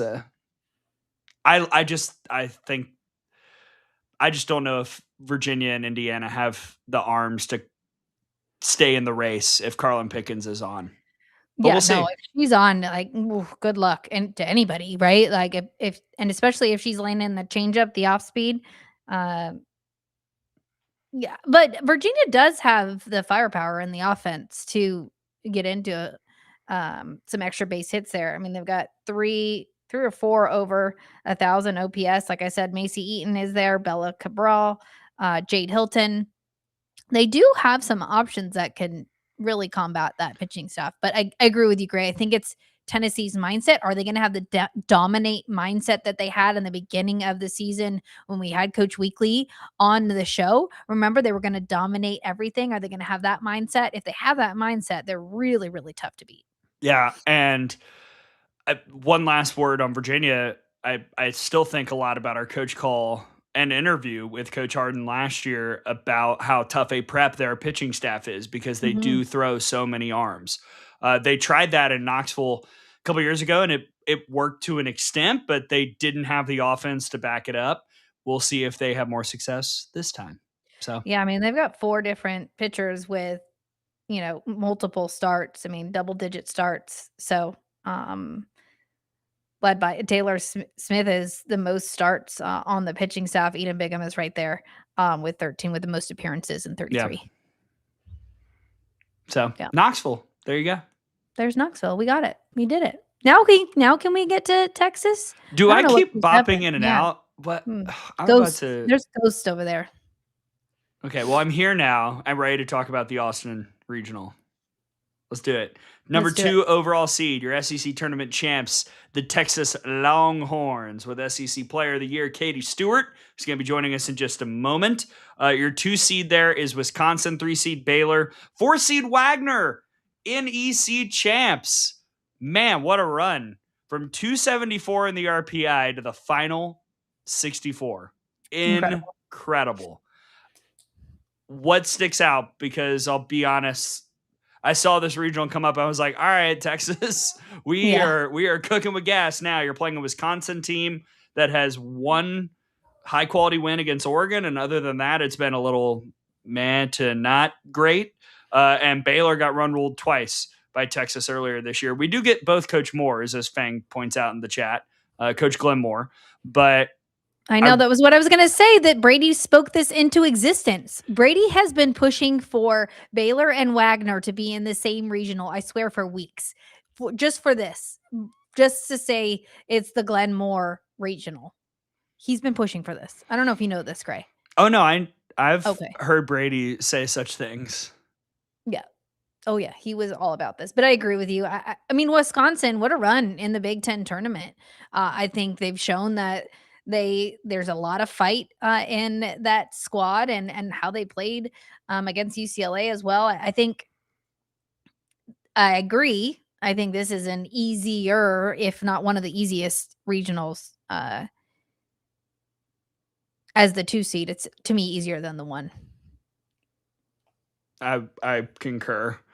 Like, not even close. We've got to get, who does all of our RPI? Well, I did that last night. I was going to say, wait, I don't have that sheet yet. Overall regional, this is by far the lowest RPI. Average is 88.25. If you take out the 4 seed Wagner, it's right in the middle, actually, at 26.30. And if you did just the 2 and the 3, it's the exact same as the Tuscaloosa regional, actually, which is interesting. 37.50 is the average. However, I think the RPI just didn't like Southeastern and Belmont. I think Texas will be fine. It's going to be a lot of fun, and obviously you have the future Supers matchup with Texas A&M that looms, if not A&M, Arizona State. Yeah. And let's go a little bit into the RPI quickly before Katie jumps on here. There was some questions about Marshall and why Marshall got the at-large bid over Nevada. I saw a lot of questions about that. I don't know if you did, Gray, but Marshall's RPI was at 27, right? It finished at 28. Okay, 28. And what Nevada was Nevada? Finished at 48. So there was a lot of question marks about why Marshall got in over Nevada. And I think when you take a look at the RPI, it shows you right there. I mean, I don't know a team that was 28 in the RPI that didn't make the tournament. Do you? No. Yeah, that's never happened. That'd be setting a pretty big precedent. Yeah, I felt bad for a couple teams last night. I think Brady was right on the money that North Carolina's in this field if South Alabama doesn't win the Sun Belt. And unfortunately for the Tar Heels, letting go of the rope like they did in that Duke game where they had a 6-2 lead and lost 14-6, 13-6, whatever it was, that paired with the Sun Belt Championship proved to be costly, which is a bummer. But hey, such is life. And congratulations to the last 4 in for all getting in. Some mid-major at-larges, which is fantastic as well. 3, right? Yeah. Can you get the last 4 in? Do you have those before we get our guest on here? I can in mere seconds. Because our friend Brady Vernon happened to tweet it. Last 4 in alphabetical order: Georgia Tech, Indiana. A little surprised Indiana was there, actually. I wouldn't have thought they would be that close to the cut line. Marshall and Michigan. First 4 out: Nevada, North Carolina, Northwestern, and Wichita State. So there you go. You know who didn't have to worry about that? Texas.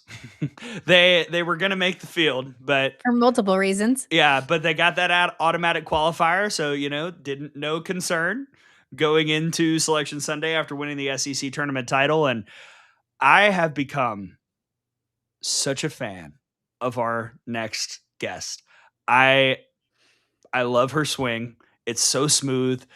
I've been on the train for the whole season, and to watch her put together the year that she has been really, really remarkable. She's your SEC Player of the Year. Spoiler alert, she's going to be an All-American for the first time in her career this season. If it doesn't happen, voters, I'm hunting you down. We're going to riot. I'm coming for you. Don't do that to Katie Stewart, who's about to pop on with us here on Good Morning Softball America. Katie, congratulations on the SEC tournament and everything for the NCAA tournament. How are you? Good. How are you? Thriving. Oh my goodness, Katie! First and foremost, congratulations on all your success thus far this season. I want to ask you right now, what does this feel like? This team? I know you've gone through your ups and downs, but after winning the SEC tournament title, what are you feeling right now? First off, thank you. But just as a team as a whole, I think we're on the right track. I think we're starting to have all our gears firing at the same time and starting to figure things out. And so I really like how we finished the SEC tournament with how our performance was in the circle, in the box, on the field. And so I think we're stepped in the right direction for postseason, like regionals, supers, and beyond. Does it feel a lot like last year? I know much was made about kind of the tough stretch at the end of the regular season a season ago and losing to A&M the way you did in the SEC tournament and then going on the run all the way to the national championship. You finished the regular season this year with a tough home series loss to Arkansas, and then you go on this run in Lexington. Is there a familiar vibe in the dugout and the locker room right now that you can draw upon from what you did last year going into the NCAA tournament this year? Yeah, going into the championship game for the SEC tournament, we kind of just all came back from experience of like that title game at the World Series. And so just falling back on like what our mindset was and what we were feeling just to kind of get the freshmen and the new people kind of on that same path and just understanding like what it took and what it's going to take for us to have the stretch we want. And so just the vibes, I think the dugout are there. Nobody's really down on themselves or on the team. So we all just still have faith in each other and faith that we could still attain our goal of like where we want to be since the start of the season. And Katie, you've broken a lot of windows. I don't know if you've broken them, but it looks like you hit them a lot. And a lot of bricks out there. Do they send you a bill for that? Or do they come over and they bring the ball back? Did when you were building it, I remember when I was there and they were building this and I was thinking to myself, that's way too close. Is it fun at practice to try and hit those windows? No, yeah. Our director of ops, like always at practice after like a window or something, she'll be like, there's another bill for you. But that's just they're not making me. you pay. No, it's just kind of a running joke at this point because she'll tell the people over in like athletics department, like, hey, another complaint or like another bill is going to come your way. And so just get it beforehand. But it always is really fun during batting practice just to try to aim for the building, like Reese, Hannah, like everybody trying to just see like who can have the best day, who can hit the building. Incredible. You need to get like a mark. Like you need to be able to mark how high up. Like as children grow in a house. Yeah. You need a forklift. And what if Coach White had like a spray paint and was like going up on the forklift and marking work? That would be awesome. I saw somebody on Twitter like made an AI or some kind of edited thing with like a target out there. But I don't know how that would work with the windows and all that. It's fine. People living in student housing, you now have homework to do over the summer, which is to look for the dents and mark them with spray paint. Right, Katie, I want to ask about winning SEC Player of the Year. This is an award that has gone to a lot of phenomenal players in the history of the conference. Some of the biggest names who had some of the most phenomenal seasons that the league has ever seen. And now you're a part of that. What was your reaction when, I'm sure it was Grace or Coach White or somebody told you that you had received that honor here this year? It was just such an insane feeling, like just me in preseason versus now. Like I never would have imagined winning that. And so just to have that come true. And so for little Katie to see how far I've come, that's just insane to me. I don't think it still hasn't really hit. And so just to have the reaction of my teammates and my family, just to receive this, it's just so cool. And then just to be in the same area as other people in the past, like Brie Ellis and everybody else, like it's just such an honor to have received it. And Katie, I want to ask you about the beginning of the year to now. What has been the difference in your approach? Is it your approach at the plate? Is it what you're hunting, discipline? What do you think has been the biggest change from last year to this year? I think just not missing my pitch. I think when I'm on, I'm really good at being able to drive the mistakes. And so that's something in the past that was kind of the difference maker, was that I'd miss my pitch. And so I feel like this year I've really done well with that, as well as being better with pitch selection, not really chasing outside of my zone too much. And so I think those two things have really contributed to the year I've had.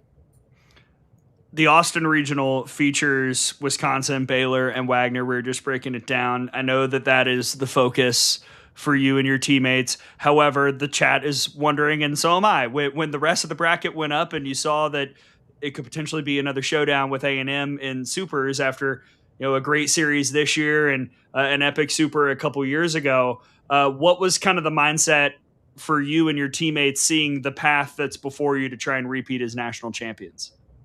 Just knowing that we've already played a series against them this year. And so we both kind of know what each other has for like pitching, hitting, all that. And so it's really just going to be who shows out and who wants the most in the series.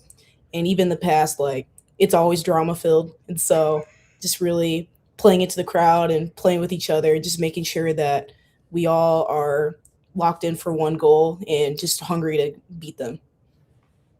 And last one for me, what is one thing that people don't know about Coach Mike White that they should know? I don't know. He's sweeter than he kind of puts on sometimes. Like during the Alabama game, there was a few little hiccups I had. And so most people would think, like, based on his personality or what they see on TV, that he'd be really hard and like mad about it. But if anything, he was very like supportive and just was saying, like, don't do too much. Don't try to be the hero. Like, we know you're going to come through. And so stop putting so much pressure on yourself and just feel more relaxed. Like, you look like you're pressing. And so just knowing him, like, he is very supportive. And so Coach White's just a sweetheart. I love that. I thought it was really interesting watching the SEC Inside that they did after the Oklahoma series and the way that he communicated with you and your teammates, and at least in the footage that we saw after each and every game and during practice. What do you think makes him such a good communicator and someone who senses the right way to talk to you and your teammates? Because it would be very easy after a loss to get negative and to yell and say, this is what we did wrong. And I think back to the second game against Oklahoma, and that wasn't the way that he approached you and your teammates. What helps him do that so well? He always tells us, like, after a loss or something, like, we're not losing for learning. And so unless something's just really wrong, like, he kind of approaches it as just like trying to teach us, like, to learn a lesson from whatever happened that game. And so his approach in like our post-game meetings is really just to lay out what he saw. But if he does get like heated, it's just because we weren't like as locked in as we should have been. And so he finds like a fine line of like, yes, he's going to coach us hard, but he is going to resonate and make sure like we understand like where we can improve and like how to resonate with us. And I know they said last one, but I've got one more. What is it like to hit alongside Reese Atwood, and what has it been like to be on the team with Reese? To hit along Reese these last 3 years, she's just really taught me how to push myself and want to be better every day. Just watching how hard she works in the cages and during BP and how in tune with her swing she is, even when she's not like feeling her best. Like, she's always working to feel better and to just help the team however she can. And so just to have her presence and to learn from her these last 3 years has been everything. And just it's been really cool and really fun. Man, Katie Stewart, your SEC Player of the Year, joining us in Good Morning Softball America. Katie, I don't know if you missed all of what I said when we brought you on, but I'm such a big fan. I think you've done phenomenally this year. I remember in Tuscaloosa when Kaylee Town and I were on the TV side and we were watching film together, and we just looked at each other like, dadgum, this kid's swing is incredible. And you have backed it up with the way that you've played this year. Thank you so much for taking the time to hop on with us, and best of luck in the title pursuit. Looking to do it again for Texas. Thank you. Katie Stewart joining us on Good Morning Softball America. Baller. So I know. I feel like you're fangirling a little bit. I mean, I know you were. Her swing is so smooth. It's sick. I'm such a fan. I knew you were fangirling when you got the text from Grace. Thanks, by the way, Grace, for making that happen. G-Money. It's awesome. I knew that you were going to be so happy having Stewie on here. She's awesome. She's so good. She's so good at this. She's The so sport good. of softball. I do All want to right. know how many windows she's broken or how many times she's hit that building. I would say hit the building, over, under, man. A lot, especially don't at even practice. know. Like somebody's getting that bill. Somebody has to pay for that. Don't make Katie Stewart do it. No, It she's should not be going the to, because contractor or whoever didn't put up a net. Yeah. That's I who like when should they pay. have the truck out there in left field and they're tailgating out there on the truck when they're watching the games. Yeah. And then the Longhorn walks by, somebody riding a Longhorn bareback. Yeah, when we went to How do you, Austin that makes me so nervous. in 23, they had Bevo set up right It wasn't outside the Bevo. stadium. No, I know, but I'm just saying, like, there's livestock and animals all over the place on that road, which I don't know how. There's no room around the stadium, but it's really they do it big in Austin. Everything's bigger in Texas. You know how it goes. Moving along here. Yeah.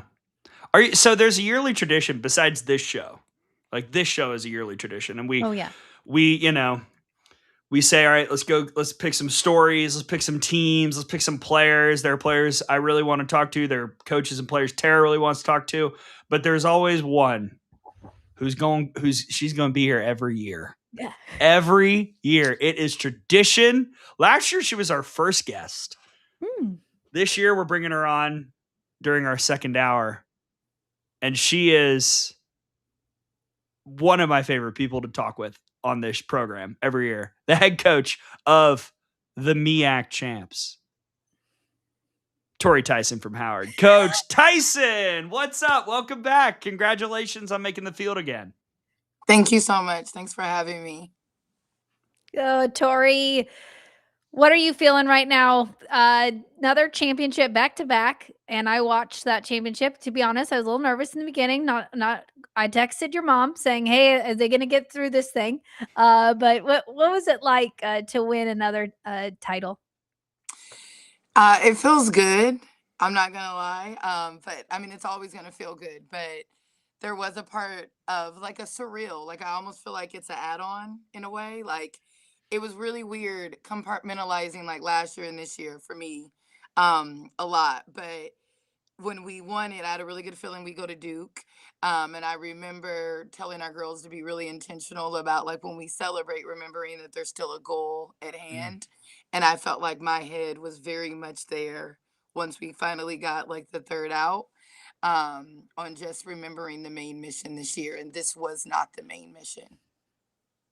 I want to ask about one of my summer league girls, Aiko Conaway, who I got to see in the FGCL, transfer in from Marshall.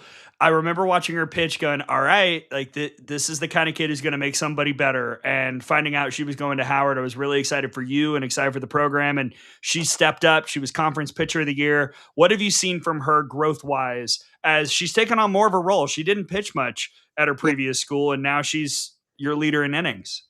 Yeah, I think that Aiko, it's very interesting. You know her, right? You've seen her. She's very stoic.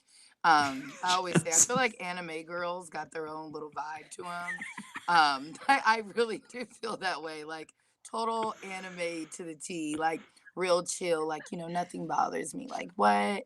And I actually seen my girl get a little life. I'm like, you are no longer an anime character. You are a human. And we seen that early on in the tournament. I think the coolest part about Aiko, again, because it's a transition when you don't really have a role as a pitcher, and then you come into this situation where she became our game 1 and game 3 starter. That is a mental transition. But Aiko is such a student. And I will tell you, I still don't even believe Aiko is pitching at her best. And I think that's the coolest part. I think that we are just scratching the surface. The training wheels definitely came off this week for her with me. Again, I got a strong personality. I do. And so I know, right, you got to be ready to get the real raw Tori.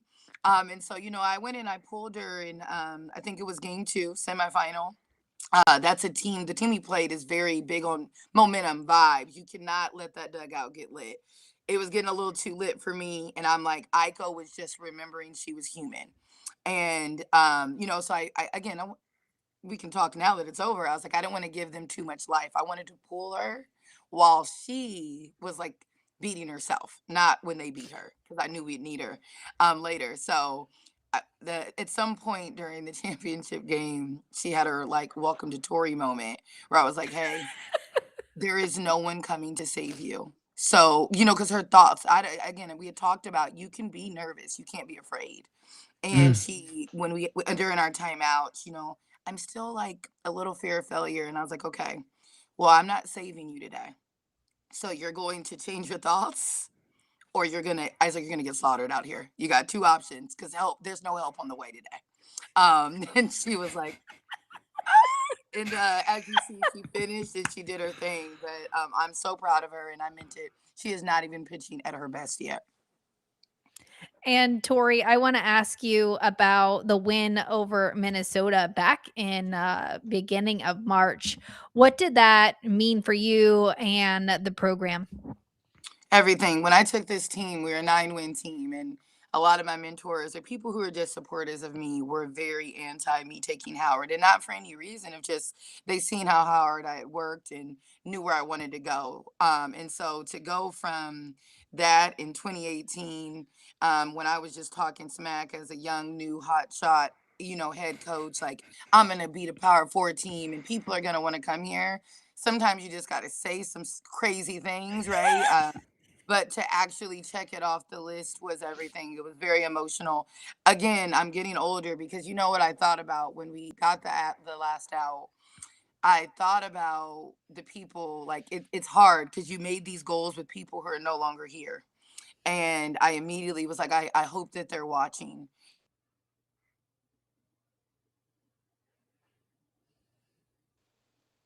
Uh-oh. Did we lose her for a minute? You got me? Okay. No, I thought it was we're at me. the good part of the story. Yeah. I'm sorry. Okay, keep going.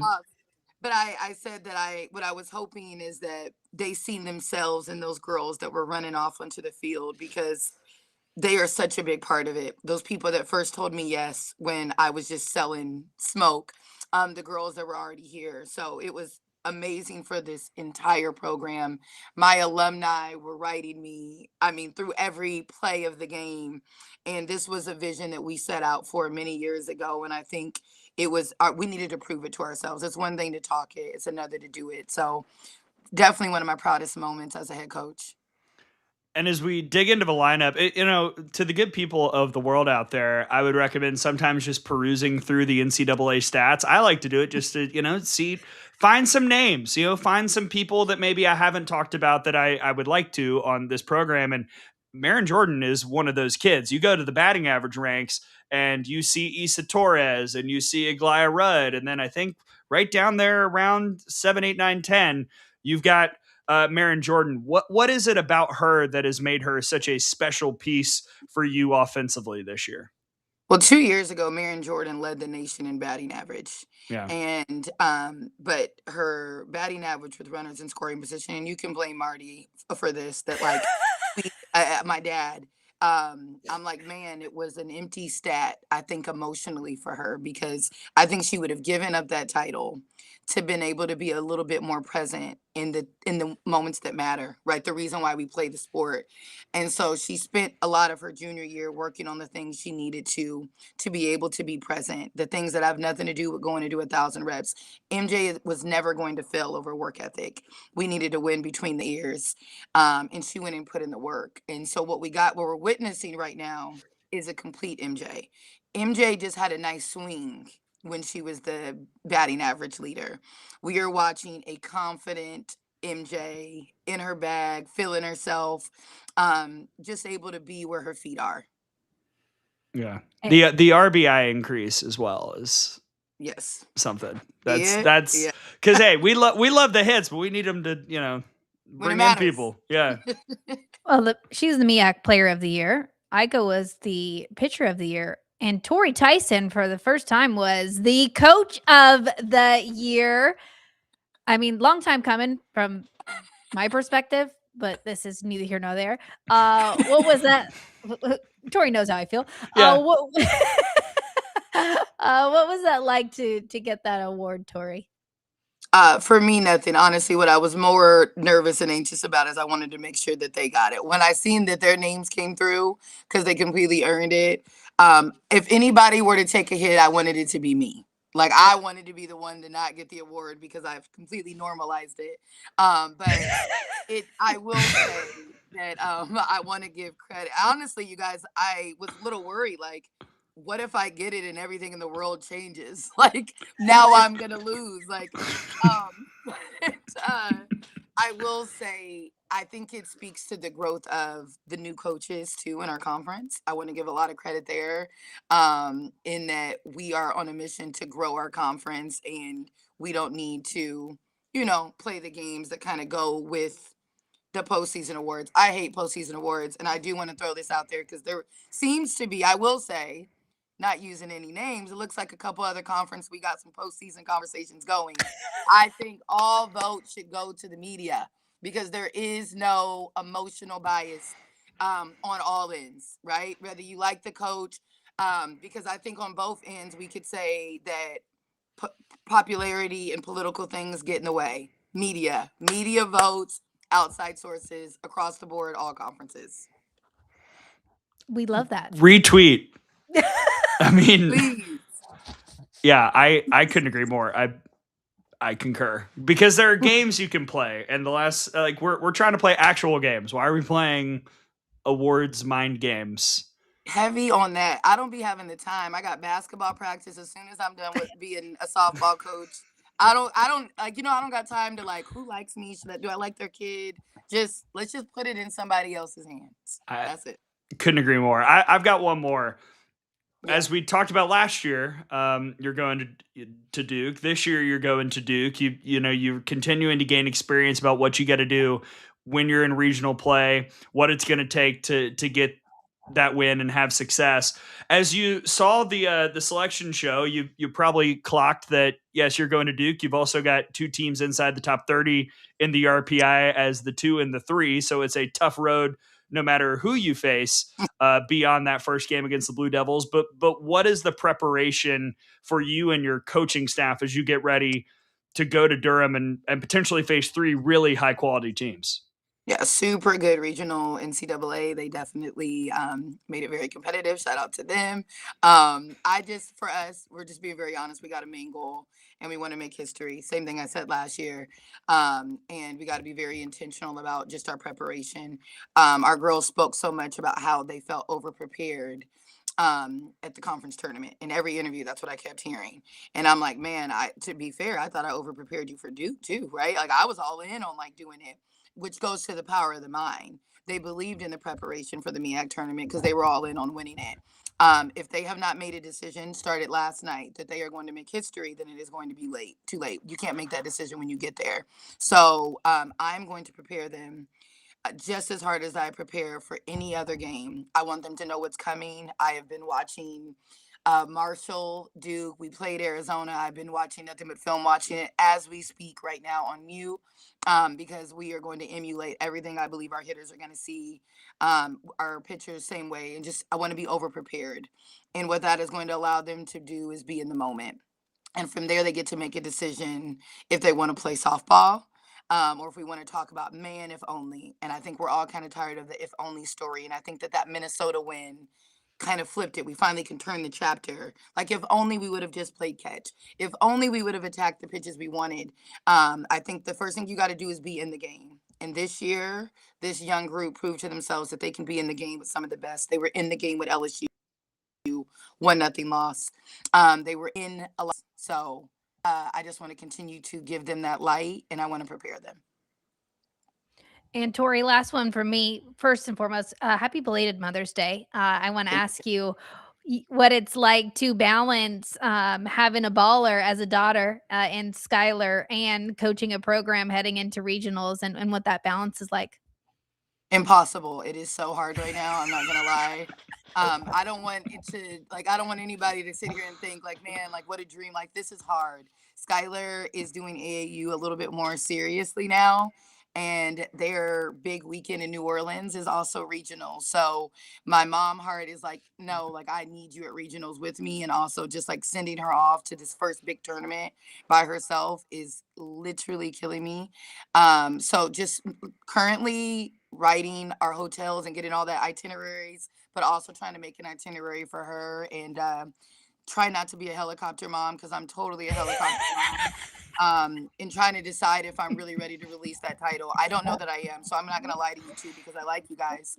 I don't know that Skylar's in New Orleans without me, bottom line. I'm still trying to decide. I don't know how you do it. I mean, you're a superwoman. Tori Tyson, the head coach for Howard. God bless you, because you're going to be thinking about something that's not, I mean, I know you're going to be locked in, but like in the back of your mind, it's going to be like, but Skylar. All the time. When we clinched the regular season title, she had called me about something on film, and I had someone outside of the dugout watching her game, and it's a lot. I don't recommend it. If you can get your kid into something that is a little less intense, do it. If you would like to also be present as a head coach. If not, you are. It's all over. It is all over. So, yeah, it is no joke, Tara. I love her to death. But it is killing me. Oh, man. Well, it's best time of the year, but a busy time for Tori Tyson, the head coach for Howard. Coach, I look forward to talking with you again next year on this show. And best of luck in the Durham Regional and beyond this weekend. Always a pleasure to have you on and get to chuckle and laugh and hear your stories and hear what you're doing with this program. And we wish you all the best coming up this weekend. Perfect. Thanks for having me. Tori Tyson from Howard. She's the best. I love it. It's like, that's how we do. Her daughter is a baller. Like, all right, yeah, walk me through it. Like she's being recruited. Like she's going to be recruited to play basketball somewhere. Like she's an absolute baller. Okay. Like she is legit. I'm about just this. telling you. So like what cracks me up is like obviously she's coaching a team in a regional, and she's also balancing having Skylar be a baller and go into these AAU tournaments, like going to New Orleans. I know, like I'm telling you, she's not nearby. No. Howard, real quick, our next guest is about to pop on our 1:00.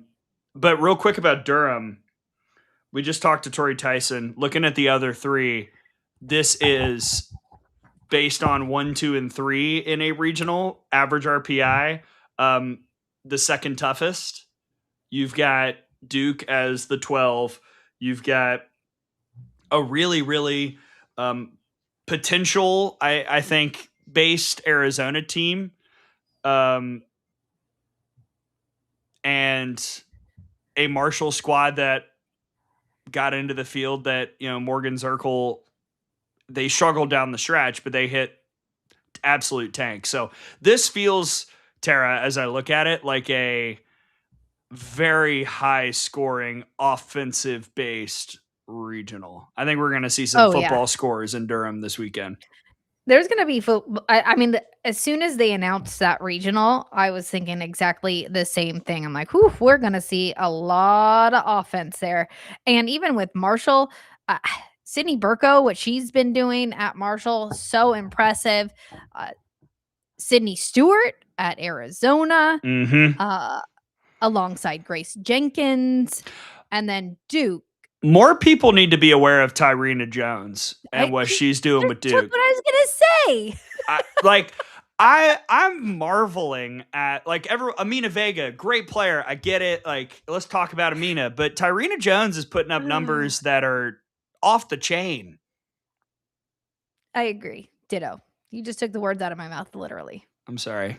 I just thought about it. Like, I was thinking about that during hold it in. You just couldn't hold it in while I was saying Duke. Tyrena had to, the name Tyrena needed to escape the mouth. I really think this is going to be a blast. And I I honestly don't know who comes out of it. Yeah. I'm not confident with a pick right now. That was, I think, in the round table, that's the one I was most excited about. There she is. Okay. Here we go. Sorry, guys. I was managing some things on the back end. Tara's booking, I'm producing, and now we're talking to just an absolutely incredible story. Okay, so we've got the youngest D1 coach in the country joining us now, who just so happens to be in her first year at College of Charleston. A wonderful city with horrible traffic, but I love it so much. And I love all the food, and I love the softball that Charleston is putting together, because it's the second NCAA trip in school history, the first since 2005, which just so happens to be the year Super Regionals began. And now your CAA champs are going to the tourney, and we've got the head coach for Charleston, Maggie Maroka, joining us. Coach, congratulations. What has this thrill ride been like for the last, I mean, I know you were on staff for a couple of years, but since taking the job to now reaching a goal you probably set from the jump when you accepted? Yeah, can you guys hear me? Oh yeah. It's been unreal. It's awesome. I got here 2 years ago as an assistant and fell in love with the city and the potential of what could be, and the idea of that, kept me up at night every night thinking about like what could really be possible here. And then this past season, really 2 summers ago, getting a lot of transfers in and being able to kind of have a lot of control on that, and creating a team that really felt like my own as well, and players that really fit my style of play. And then being able to become the head coach this summer, obviously putting all the control into my lap, which was awesome. And then really having a connection with all the girls to start off, put us in a good place in August when the girls came back, just like being able to already have those relationships. I had a part in pretty much everybody's development or recruitment up until this point, and then being able to put into play all my assistant coaches' philosophies and my philosophy. It's just been awesome. It's just been such a blessing. And Coach, I want to ask you about your style of play. If you take a look at what the statistics show, there's a lot of running that happens. When you're taking a look at the athletes, and if you were describing your style of play to the country, what would that be? I think the biggest thing that we've talked about since the very beginning, and when I was interviewing assistant coaches and trying to find the right fit, we talked a lot about, girls love to follow rules. And in softball, you think back to like the travel days when they would make that rule where it was like, okay, time's expired. The last out is going until they get tagged. So then you just keep running around. That's kind of the mindset that I've thought about forever, is like, how can we cause the most chaos under control? We're under control, put pressure on the other team. I think that kind of alleviates the, if we're playing a very talented team like we will this weekend, being able to take control by gaining pressure and putting pressure on them. And our running game has been a big thing in conference, especially for us, knowing that if we have speed, and even if we just have average speed, getting those runners to learn how to be really good and aggressive runners, reading pitches, reading balls in the dirt, reading hops, all that kind of stuff. And that's really been able to put a lot of our runners in scoring position, and then giving our stronger bats the ability to actually get those RBIs. And that's why I think it's so consistent throughout our lineup too. We may not have that many home runs, but we've been able to score runs and have a lot of different people get RBIs just because we're taking advantage of anything that we can. I have to ask you about the path to get here, winning the CAA tournament. Oh, hi. One of our baseball coaches. Practice is about to start, so it's okay. So Hofstra kind of cooked in the regular season, going 21-3 and putting together the type of year that they had. And to get to this point, you had to beat them twice, and you had to go through a bunch of really good teams in your conference to win the tournament this week and to get to this point.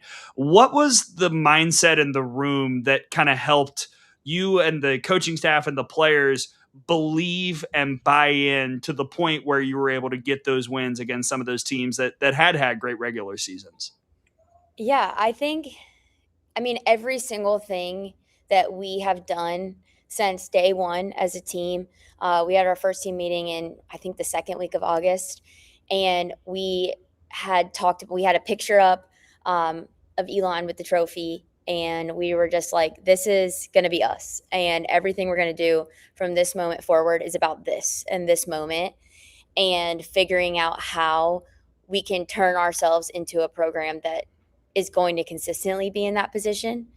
And, I had printed out the stats of teams similar to us or similar to the CAA that had won their conference and what their fielding percentage, batting average, RBIs, stolen base, what those looked like in comparison to ours from last year.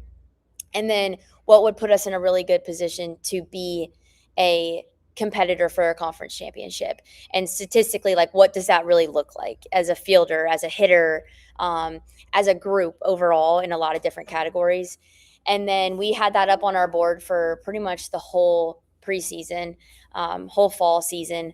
And every day we're working towards little things. We had a focus of every single practice, every single team meeting, had a lot of really hard practices. We turned it up once the season started. We started lifting more. We started running more. We started having really tough practices that the girls did not like, and they told us they didn't like them. And we just kept reminding them that all of these things, right now we're not the best team that we're going to be. And, championship teams get better as the year goes on, and they're the best once postseason comes. And so we're still working towards that and working on ways to get better. So when we got to the tournament, I just reminded them that, we've worked so hard, and I would really highly doubt anybody we're going to play has practiced as many times as you guys and thought about this as many times as you guys and want it as bad as you guys. And whoever's going to win this weekend is who wants it just a little bit more.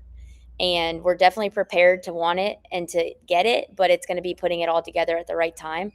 And we just kept talking about that, and that we were prepared, and if we owned it, that we would get there and we would be in a really good position to do so. So it was just reminding them of all the things that they had done and that they had earned it and that they were going to be just fine. And fearlessness kept coming up, faith kept coming up, and just having fun kept coming up. And I want to ask about the pitching staff led by Mackenzie Mathis in the final, pitch a complete game shutout with 13 strikeouts, 2-hit shutout. What has the pitching staff been able to do this year, obviously with Mathis really leading it? We have 8 pitchers on our team, so we have a big staff, and we've gotten a lot of people into games, gotten a lot of people with a lot of innings, and we've talked since the beginning about how important every single person is going to be in us reaching these goals. I think Mackenzie and Riley Cutter have been like really big names in that staff in terms of just being consistent and reliable for us over the past 2 years even.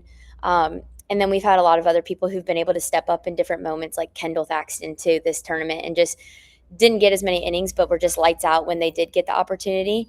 And Mackenzie and Riley just really inspire everybody around them to be like that and to continue to get better and work at a really high level. So, Mackenzie in the conference tournament is a completely different Mackenzie than we've ever seen before, even, which is awesome. It's a great time to do that. I don't know if you guys were able to watch any of it. She just was absolutely electric and is a psycho. And so we've kind of in the best way, I'm a psycho too. I know that. But just inspiring all of them to try and play their hardest and just play their hearts out and let the emotion go and just have fun. And I think that's kind of what she embodies. And then she brings that out of everybody around her. And that's kind of how we just rolled through this tournament too. It was just we were the loudest team there and the most obnoxious team there, and that's okay. Sometimes that's what you need. I co-sign all that. I also am a psycho, and softball sicko mode is one of my favorite modes to be in, which we will all be in this weekend as we track the regionals. I've got one more. I cracked the joke about traffic in Charleston. That's just it just took a long time to get to the golf course once. But I want to ask about the city and how much that has helped you build this program? Charleston is one of the biggest cities that's growing each and every year. Everyone's going to visit it. Everybody loves it. How much has that helped as you have brought in people and as you continue to try and craft your vision of what this program can be? Oh my gosh. I mean, it's like the number one recruiting tool I could ever be given. And it is what it is. And it gives our girls something to be very proud of. And they talk about it all the time. They're like, who wouldn't want to be here? We've got the beach. Our girls leave practice and go to the beach like every day. I'm having to have practice in the middle of the day so they're not getting sunburned. So it's like it's just an awesome place to be. The downtown area, all the local places, the people are awesome. And everybody's just happy here. It just is the truth. Like when I moved here, I moved from Northern Virginia, and I was like, oh my gosh, like everybody's smiling and is so just happy to be alive. And I think that just radiates into the girls. And when we get people on a visit, we always say, like, if we can get them to campus, that's the hardest part. It's just getting them here. And then once they're here, it's really hard for people to say no. And now with like the legacy that these girls, especially like our senior class, has been able to leave and is continuing to create, and being so proud of where they are at and wanting to stay here forever. And just knowing like the magic that's here, it just kind of sells itself in that regard. And the people are so into it. And like our athletic administration and the school itself and everything just has so much history. It just has really everything. I can't even believe it that I'm here. So well, you're awesome. Doing a fantastic job. Year one as the head coach, again, assistant for a couple of years, but to be a part of this run, I'm sure is magical for you. And awesome. Many congratulations on winning the CAA, off to the Athens regional, and best of luck in the postseason. Best of luck moving forward. You're fantastic. And we can't wait to see how Charleston continues to grow. Thank you so much. Me too. Charleston head coach Maggie Maroka joins us. Thanks, coach. Bye, guys. Thanks. Bye. Oh man, she's awesome. Love that. She is. And you know what? She's right. Charleston is such a great city. Oh, such great food in Charleston. Ooh, yes, did a girls trip there. It is incredible. Look, you need a bachelorette or a bachelor party, you're probably going to Charleston. We've moved on from Nashville. Sorry to Nashville. We're all going to Charleston now. You need great restaurants. You need great coffee shops. You need to play a good round of golf. You need to watch good softball. Let's go to Charleston. That's where we're going. Charleston, South Carolina. Let's do it. I'm a big fan. Who's getting married? Not me, but options abound. Maybe. When the time comes, I'll do my bachelor party in Charleston. All right. I'll plan it. Okay. Apparently really fun. Apparently my best man is Tara Henry. Okay. I'll make sure that we shout out Leela Langston as well on College of Charleston because we didn't talk much about the hitters. Because I think Coach Mrowka is such an interesting figure. Like, she's younger than I am, and y'all are constantly make fun of me for being the baby in the group chat. You are. And I am. And what she's done with this program is so impressive. And Leela Langston has been the big RBI bat. She's got 41 RBIs on the year. I know you probably love Bronwyn Comroy and what she does for average. How many stolen bases she got? 42. 42. Love it. 42. Which in a year where no one's running is a lot. I know. Nobody's running. Cheyenne is right. Tara just voluntold herself for best man. Oh, man. It would be fun. I'm just saying. It's all my high school and college friends and then Tara. It'd be a party. It would be a party. And I wouldn't have to book the Airbnb, which would be nice because Tara's got it. I would do it. Tara's got it handled. So Charleston is going to Athens. We're going to have Randy Rowling on in just a moment, but let's talk about the Athens regional for just a moment. Georgia is the number 10 overall seed. Clemson is the 2, and UNCG is the 3. And then your 4 is Charleston. Georgia, outstanding run in Lexington. I mean, ultra compelling. After the semis, a bunch of us stayed to watch Texas, Georgia. Absolutely incredible the way this team continues to fight. I know Coach Baldwin said in the press conferences, it's not the plan to go down 3-0 and have to come back, but the way that the Dogs have played late in these big games has been really, really impressive. And the way the pitching staff delivered in Lexington was really very fun to watch. And this is an ultra dangerous team as we go into the NCAA tournament. Yeah, I mean, between Randy Rowling and Presley Harrison for her to come in and do what she did. But we always talk about the Georgia bats, and it seems like it's a different Bulldog every game of getting it done. And the addition of Natalie Ray, who I don't think we talk a ton about, but her out in center field, she just has really solid quality at bats. And you look at a Jaden Goodwin, who, oh gosh, I talk about a sweet swing. I think Jaden Goodwin has one of the best swings and ability to go opposite field, has opposite field power. And then we haven't even talked about the freshman and Gabby Novickas. I just think there's so many weapons up and down that lineup. It's a different person every time. I didn't get to Kirsten Roos, Emily Digby at short, getting it done. I just think for Georgia, I really like this draw. Gray. I see a path to OKC for them. I really do. I do too. Mm-hmm. I picked it on a round table. I think I did too. I think you and I are the only ones that picked it. High five. High five. Virtual high five. Clemson coming in. Man, I still don't know what I'm getting every day from the Tigers. I really don't know, but I'm excited to find out and see what Sierra Manis and Dunning and the rest of the crew can do in the circle. I think you could get some compelling games here, but I'm excited to find out. Randy's ready. I think she's ready. Okay. Well, the camera's off, so I wasn't sure. Well, maybe she'll put it on. Okay, there we go. Okay. There she is. Now let's bring her in. Randy Rowling from the place where the dogs are barking, the University of Georgia. Hi, Randy. Welcome to Good Morning Softball America. How are you? Hi, thanks for having me. I'm doing great. How about you guys? We're good. We're going on hour 2, maybe? I don't know. This is hour 3, Tara. Hour 3. Oh, we're on hour 3. Yeah. Who knows? Randy, I want to ask you about this past week. After kind of the dust has settled, what was a feeling of getting through that SEC tournament, and what are you feeling today? I think from the entire tournament, from day 1 to what we made it to day 3, we just have momentum. And like the last game, I don't think it stopped it. I think it almost just fueled even more that like we can do it. And it just fueling us for this next week. And I think that's what we're going to go through.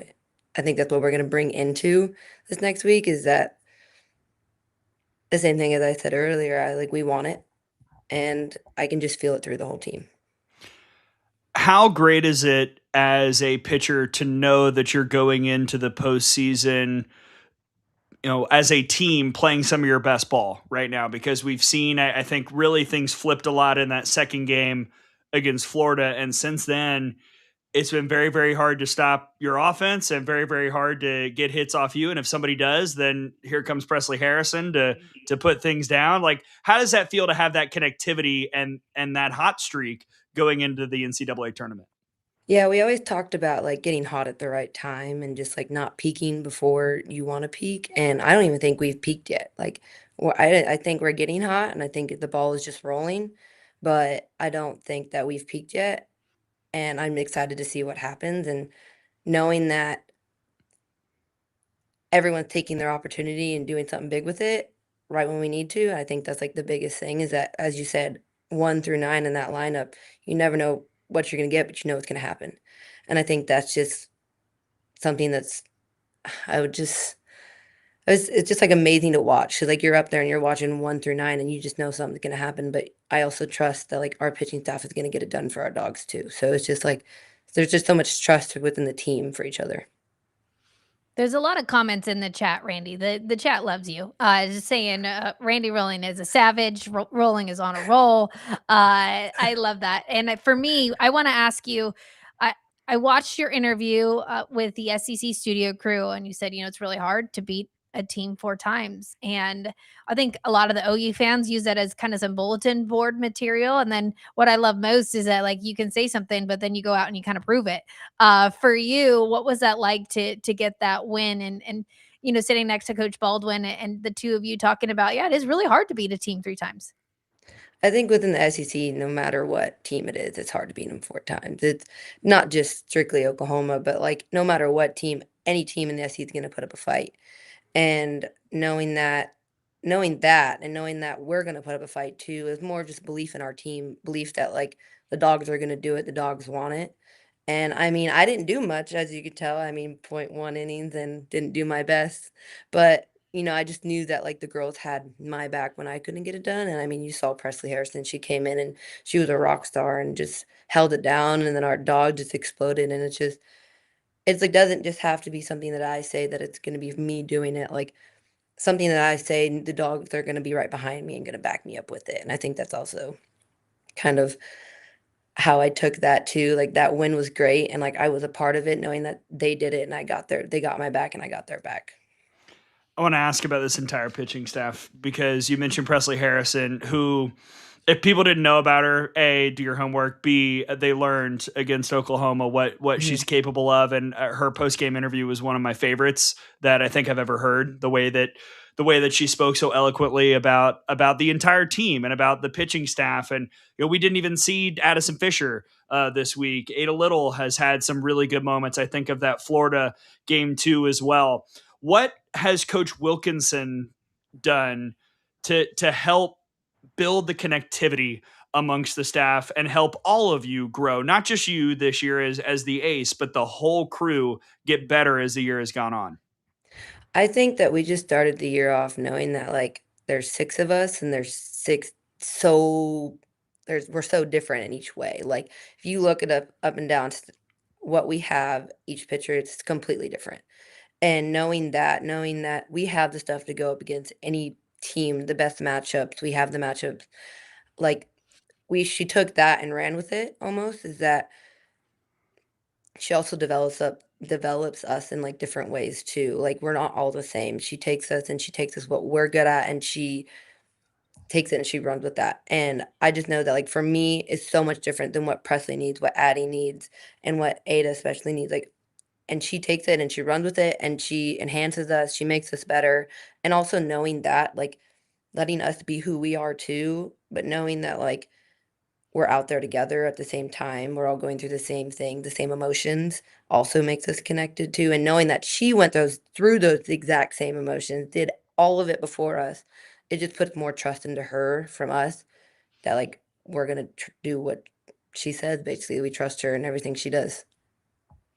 And Randy, last one from me. As you prepare for this weekend, how nice is it to be at home? And what does that routine look like for you? Oh, it's such an honor. I mean, we went out there knowing that this is what we wanted in the end, was be able to host in some way, knowing that we didn't do it last year, and we still got the job done last year. But I just think it's just going to be an advantage. The dogs, the fans are going to be there behind us, and I can't wait for that, to be able to have our seniors play at home one last time.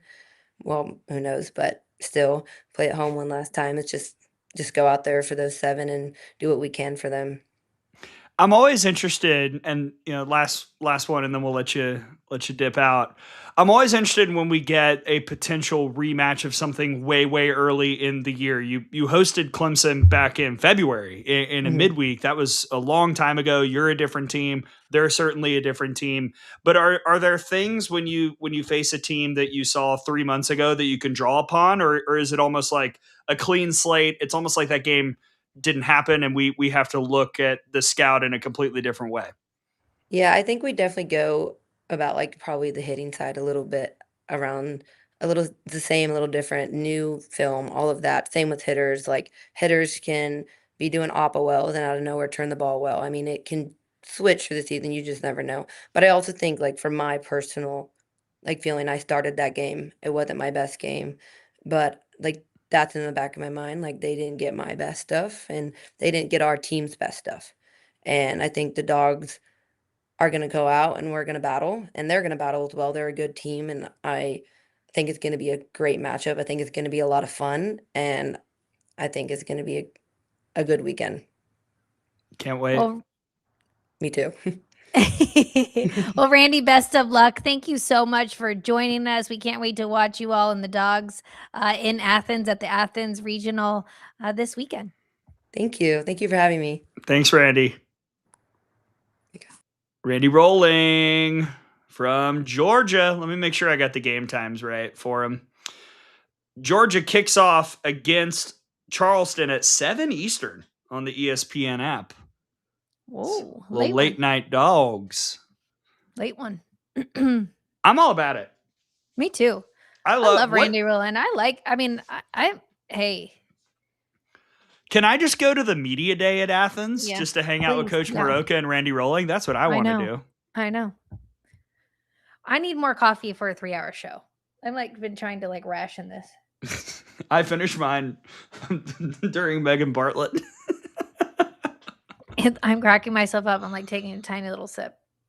No, Randy Rowling. I mean, I like the Georgia Bulldogs. And listen, hey, you're not going to always get it done in the circle. And I see some comments in the chat, but at this point in time, offense across the country is up an exorbitant amount. The increase in offense, teams are going to score runs. It's how you limit those teams. And if you can look at your teammate and say, hey, do you got my back? Yep. And to me, that is what makes Georgia so scary. Excuse me, not only in the circle, but at bat. I think that they have each other's back. They play with a lot of joy. And the defense, when that defense is solid, we've seen a couple games where there's been some miscues, but I would not want to see Georgia in a regional or in a super. Agreed.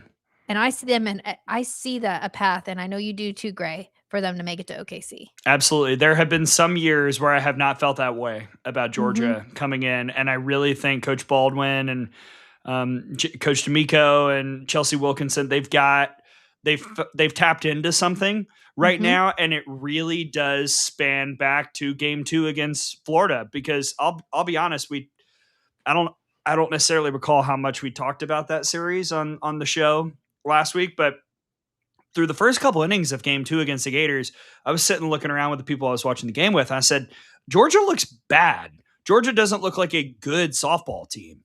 And it flipped. And since then, not only have they looked like a good softball team, they've looked like a dangerous, near elite softball team at times. And the way that they are able to take a punch and punch back, that's a kind of skill that if you have it in the postseason, you're never out of the fight. You're always in the mix.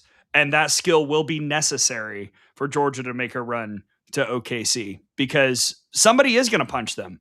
And they know how to answer. They did it multiple times in the SEC tournament in the regular season, and they'll be ready to do that in the NCAA tournament. And that intangible is almost scarier to me than some of the stats and the way the pitching staff is playing. Well, I agree with you, Gray. And I think there's just so much versatility, not only on offense, in the circle. I think when you look at Randy Rowling from the left side, curveball, can throw the off speed. And then you've got Addison Fisher. She's down.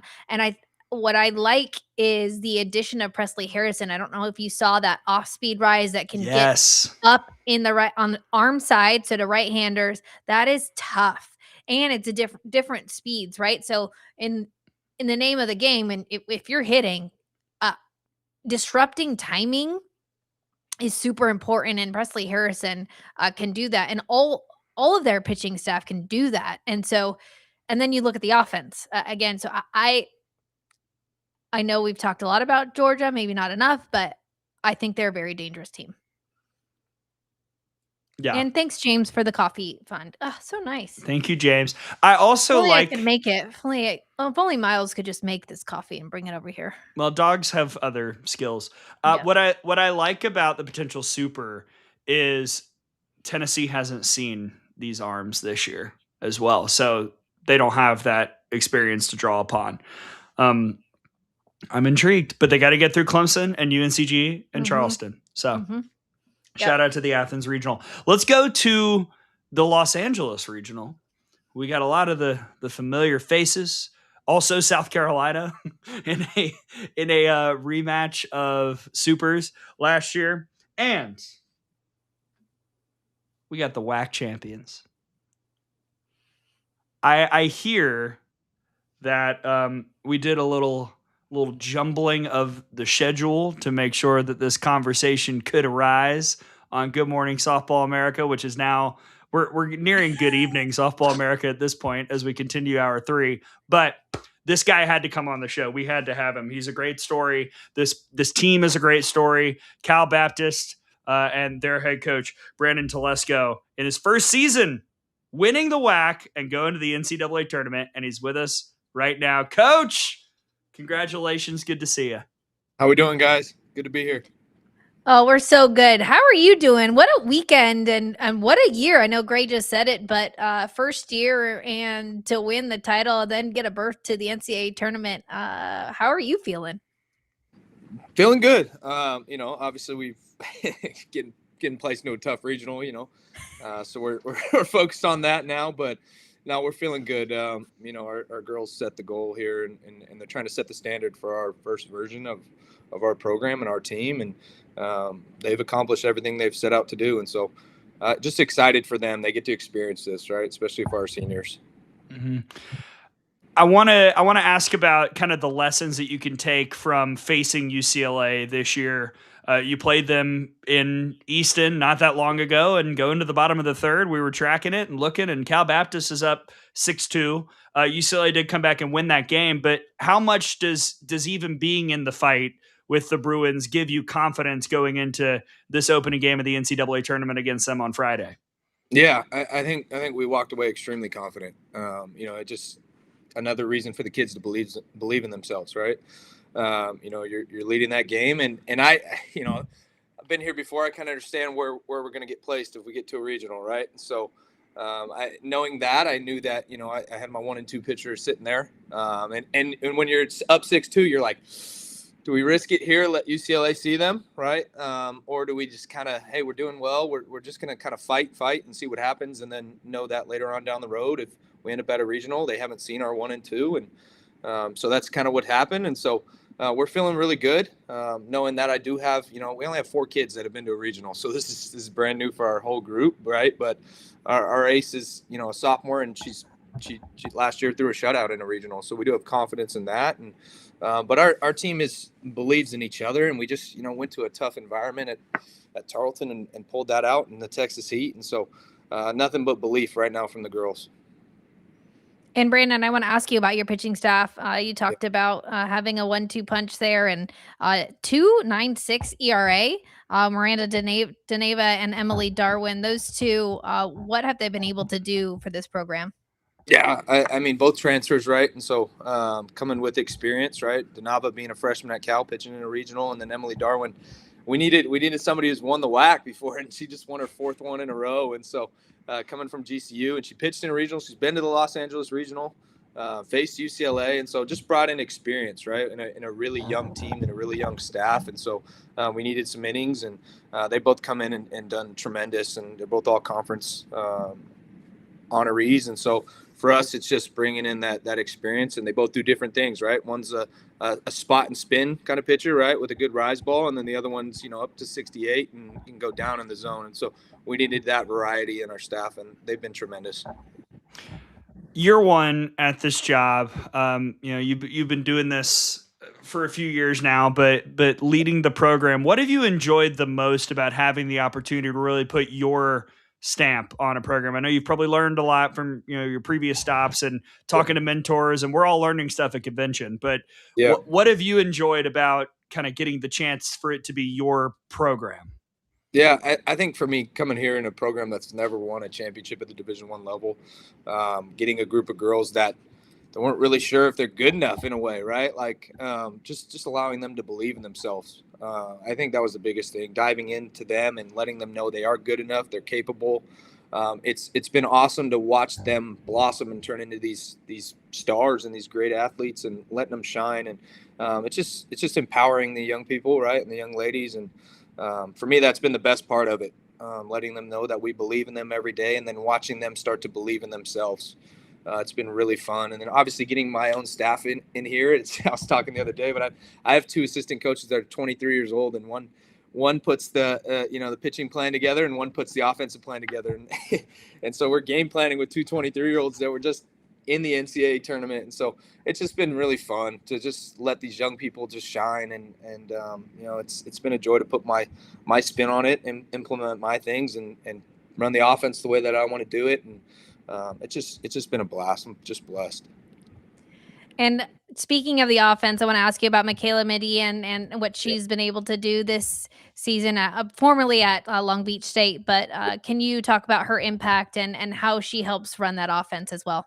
Yeah, I mean, huge, right? I think she just hit her 15th home run. She was the MVP of the weekend, and so I think she got robbed personally. And she should have been the Player of the Year in the WAC, in my opinion. But she's just been phenomenal. Again, a younger lineup, an inexperienced lineup, right? When we came in here and to bring in a transfer like that, that's been all conference and had a ton of at bats. She went right into the middle, and she's a tireless worker. The kid can go 2 for 4, and she's going to jump in the cage and hit for hours. And it's just like, it's just phenomenal. She can drive the ball. She can run. She's stolen some bases, right? She's got pop, and then she commands the field and center. And so just a leader for us on and off the field, and been a blessing to have her here. You mentioned kind of anticipating the matchup with UCLA should you go to regionals. That's what you're getting, but you're also getting by average RPI one of the 3 hardest regionals in the NCAA tournament, because you've got South Carolina coming in, who's got 2 great arms and an offense that has some pop at the top of the lineup, and a Fullerton team that I know you've seen this year and that is always crafty in the NCAA tournament. Year one, hosting, or I should say coaching a team, how much are you enjoying not just preparing for teams like Fullerton and UCLA that you've seen and that you will see and might see again, but a team like South Carolina that you're learning about probably in real time? Yeah. I think it's awesome, right? Just for again, for my younger staff who haven't been here and got to do this, right? We want to ultimately, at the end of the day, we want to be the best, and you got to compete against the best, right? And so we understand that we're little CBU that's never been here, right? First tournament appearance, UCLA, I think it's a 40-something, right? So for us, it's, odds are against us, but for our kids to get this experience, for my coaches to get this experience and play this great competition is invaluable for what we want to do going forward. And so, look, we're excited. We know that it's going to be a test, and at the end of the day, I say this to the kids, and I'll continue to say, we'll play anybody, anywhere, anytime. And we're learning about our opponents right now, and we're going over, who we're going to face potentially. But, all our focus is on UCLA and, getting these kids prepared, and we're going to do that to the best of our ability. But the experience for this is invaluable for our program. And, we want to ultimately not be a 4. We want to move up and be a 3 and things like that. So, we're laying the foundation right now, but excited for what we're going to do in the future for sure. And last one from me, you keep mentioning your staff. I'll just read it out to everybody. Kevin Castillo, Haley Archer, Tessa Malaulu, and then Brianna Lopez, a grad assistant, and Sachelle Palacios as well, director of operations. So when you take a look at that staff, can you just elaborate on some of those names that hopefully most of the people in the chat recognize? Yeah, phenomenal. I'm blessed that they gave me an opportunity to lead them and work with them. Obviously Tessa's had a fantastic career, right? Just finished at Duke and now is playing pro ball. Haley played for me at Cal. I got to coach her, and then she played a year pro ball, and then she was GA on the Ole Miss team last year. And so she got to get some experience, right, with the pitchers and a really good pitching coach there, and learned a ton. And so she brought that here. Kevin Castillo's our old man on staff, and he's still in his 30s. So he's, he's brought a ton of experience, right? I lean on him. He's my right-hand man. He deserves a ton of credit for our success. And Sachelle actually played with my wife in college at Arizona State. They were roommates. And so, we've known Sachelle, and, she just finished playing, right? She had a great career. And then to get her in here, and I have girls that it was cool when we met the team, right? A lot of our players have pictures with the girls or with my staff when they were playing, right? And so they had like autographs, and our catcher, it's really cool. Our catcher wears number 13 because our favorite player of all time is Sachelle Palacios. And so to tie that all together has just been incredible. It's just really cool. And their experience is invaluable. And then the way they treat people, they're just great humans, and they just align with what we do and who we are. That's fantastic. Yeah. I've got to imagine that is something really awesome that you can draw upon for your current players and say, hey, let's watch this AU game from last year and see some of the coaches playing. I mean, that's outstanding. Yeah, I rolled out when I introduced my staff and we had our first team meeting. I put everybody's highlight video on there on the board, and then I introduced them, and it was just, the girls were just like in awe, and they already knew who they were, right? They're all big names, and I mean, even Kevin Castillo played for the U.S. men's national team fast pitch, and so having that, I mean, it's just an awesome staff, and they deserve all the credit, and they're making this thing go, and they're the reason we are where we are. Well, you kick off the Los Angeles Regional at, I beg your pardon, 10 p.m. Eastern on E2. Yep. So you want to talk about the Coffee Fund, Tara? I will be ready to go on Friday, ready to watch Cal Baptist in the Los Angeles Regional with their head coach, Brandon Tlesco. Coach, you're awesome. We have enjoyed so much chatting with you here today, and we look forward to see what CBU does here this weekend and beyond. You're doing it the right way. This is going to be a heck of a program very, very soon, and best of luck this weekend. Thank you, guys, and thanks for all that you do for the sport. We appreciate you. Absolutely. Thanks. Oh, thanks. See ya. What a story. Amazing. Cal Baptist. So good. You know what I love about what we've done in this final hour? Is we've brought in these really young coaches that I've loved to hear how they've done it. Like we're talking about people that are my age, and I don't really view myself as head coach age, but I guess I am. And we're hearing about how they have come in, they've put their imprint on a program, they built the staff the way they wanted, and it's worked. And that's really, really cool to watch that, because we are kind of in this era where we've seen a lot of coaches who've been around for a long time retire. And we've seen some other coaches, some younger coaches come in, and it's really, really cool to hear about the future of that side. You know, the younger coaches who are taking over programs and making an impact.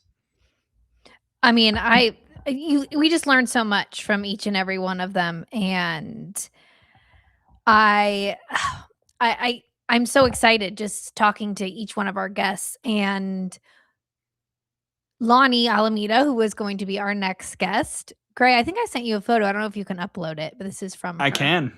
Is it shareable? Am I allowed to? Yeah, I told her. I said, I'm going to put this up. We just want to send our best to Coach Lonni Alameda. She is in treatment, so she's not going to make it with us today, but she will hopefully jump on with us maybe in the next couple days or potentially next week. She wanted to be here, but I love this. Her nurses, she's in treatment I'm working right now, on it. made her this super cute sign reserved for the ACC Coach of the Year. That's her right there. That's the good stuff. Oh, I had so many good questions for her, but again, she can't make it, and wishing her and the Seminoles the best of luck. Yeah, we'll catch up with Coach Alameda very soon. Will. We're going to get her on here. Yeah, it's another foil in the will Gray ever meet Lonni Alameda. Unfortunately, I still haven't, even though we've been in the same building about 20 times. But one day we will, because I have a lot of questions. I want to hear about so much of what she does. She blows me away every time I hear her speak. And to watch the way her teams compete for her and compete for each other has always been impressive to me. And just, I've always thought that there are a lot of similarities between the way Coach Murphy runs Alabama and the way Coach Alameda runs Florida State. I think that there are a lot of parallels between those programs historically and the way the coaching staffs are. And you talk to alums from both sides, and I think you hear a lot of the same stories about that. And Coach Alameda is just such an incredible human being. I very much look forward to chatting with her and hearing at some point soon about the season Issa Torres is having and the run the Noles are about to try and make in the postseason. We'll get her on here. She's the best. Like, they gave me a warning saying, hey, your treatment is running a bit longer. And then she was texting me. That's who I was texting, just to make sure we could try and get her on here. But again, just making sure she's healthy and gets treatment and is good for the week is way more important than asking us a few questions. A few questions. So No. But we sending our best out there, and exciting. Did we go over their regional? No, we Tallahassee haven't. regional? So let's do it now. Let's do it. This is actually, interestingly enough, by overall average RPI, the toughest region. Toughest, right? Okay, I thought so.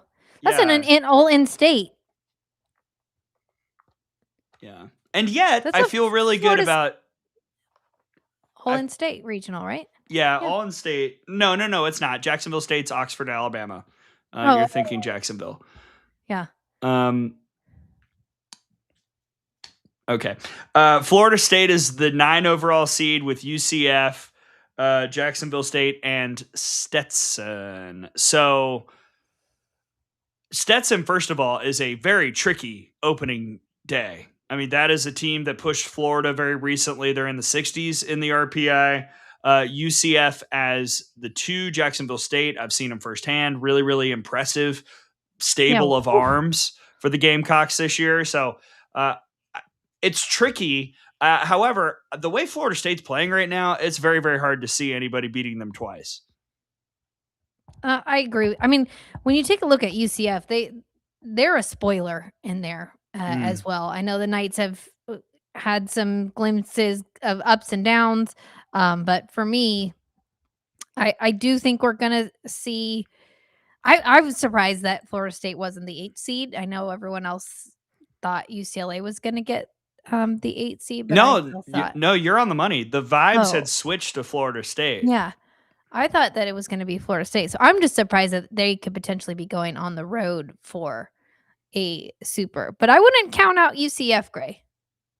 No, and Isabel Vega's got to be awesome if they want to get out of there. And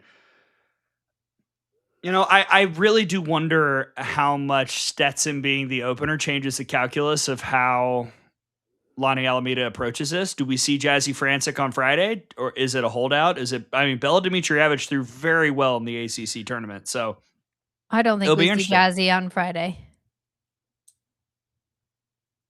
I don't personally, but maybe.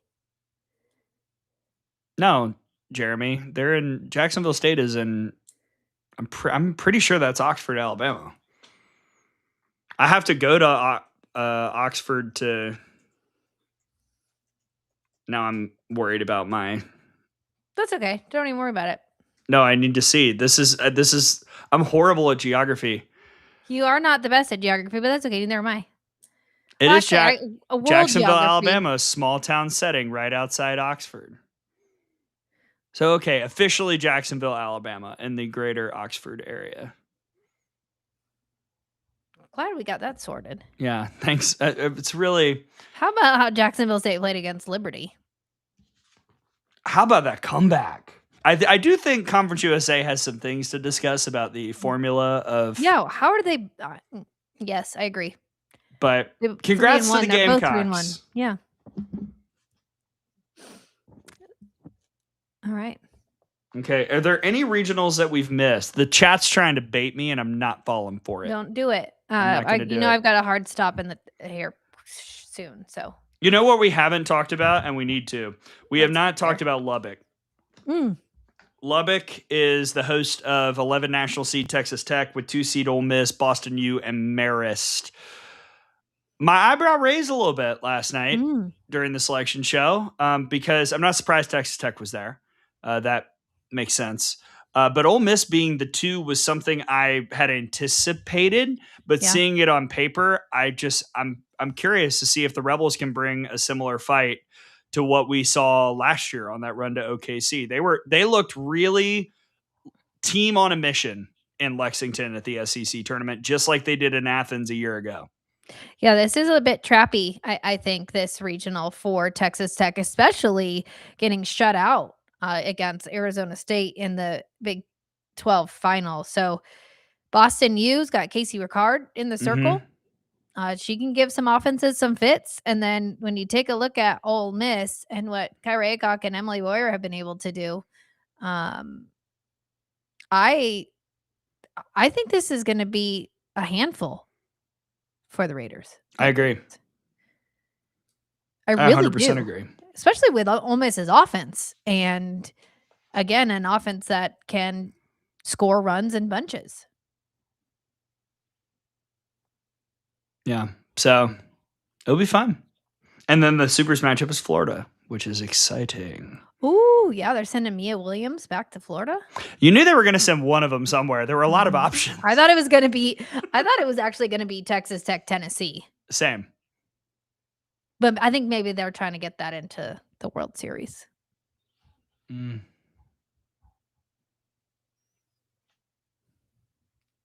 All right. Anything else, you guys? Woo!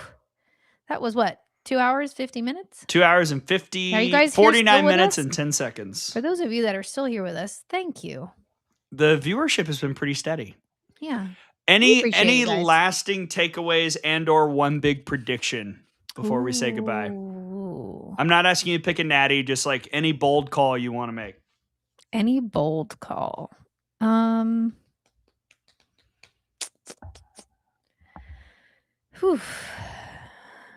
I don't know. I think this is going to be the year of the upsets. I don't. I do. Okay. Who? I don't know, but I think that we're going to see a lot more upsets than we normally do. I think we only see maybe 1 or 2 regionals that aren't seeded. And I think we could maybe get 1, 2, 3 or 4. You think the seeds are going to hold? That I do. right? All of them? All 16? No, I think I said 14 last week, and I haven't completely filled out my bracket yet. I did like the dry run for the round table, and I'm gonna do a full deep dive before we record out of the box tonight. But I really think it's gonna be 14 out of 16, and I think most of the top 8, if not all of the top 8, go to OKC. Because that would follow, right, kind of the trend that we've seen this year, where it felt like there were 7 teams who were Supers hosts, and there are a couple I'm worried about based on kind of how they closed the regular season and conference tournaments. But for the most part, I think it's going to lead to a very compelling World Series. I'm going upsets. Okay. I like Cheyenne's call. And yes, there is a bracket challenge, you guys. I've got to get it up. I've got to review it, make sure it's good to go. It'll be up on the site shortly. It's totally my bad. That's fell on my plate. And I will get it up. We do have a bracket challenge. Mm-hmm. My tournament sleeper, by the way, to Robert's question, is Arizona State. I love that. Great pick. That would be my unseeded, could get them an OKC. Yeah. All right, I gotta get going. I gotta jump on the radio. Let's bounce. What's on the site that the people need to read? Oh, head on over to the site. There's so much content up there.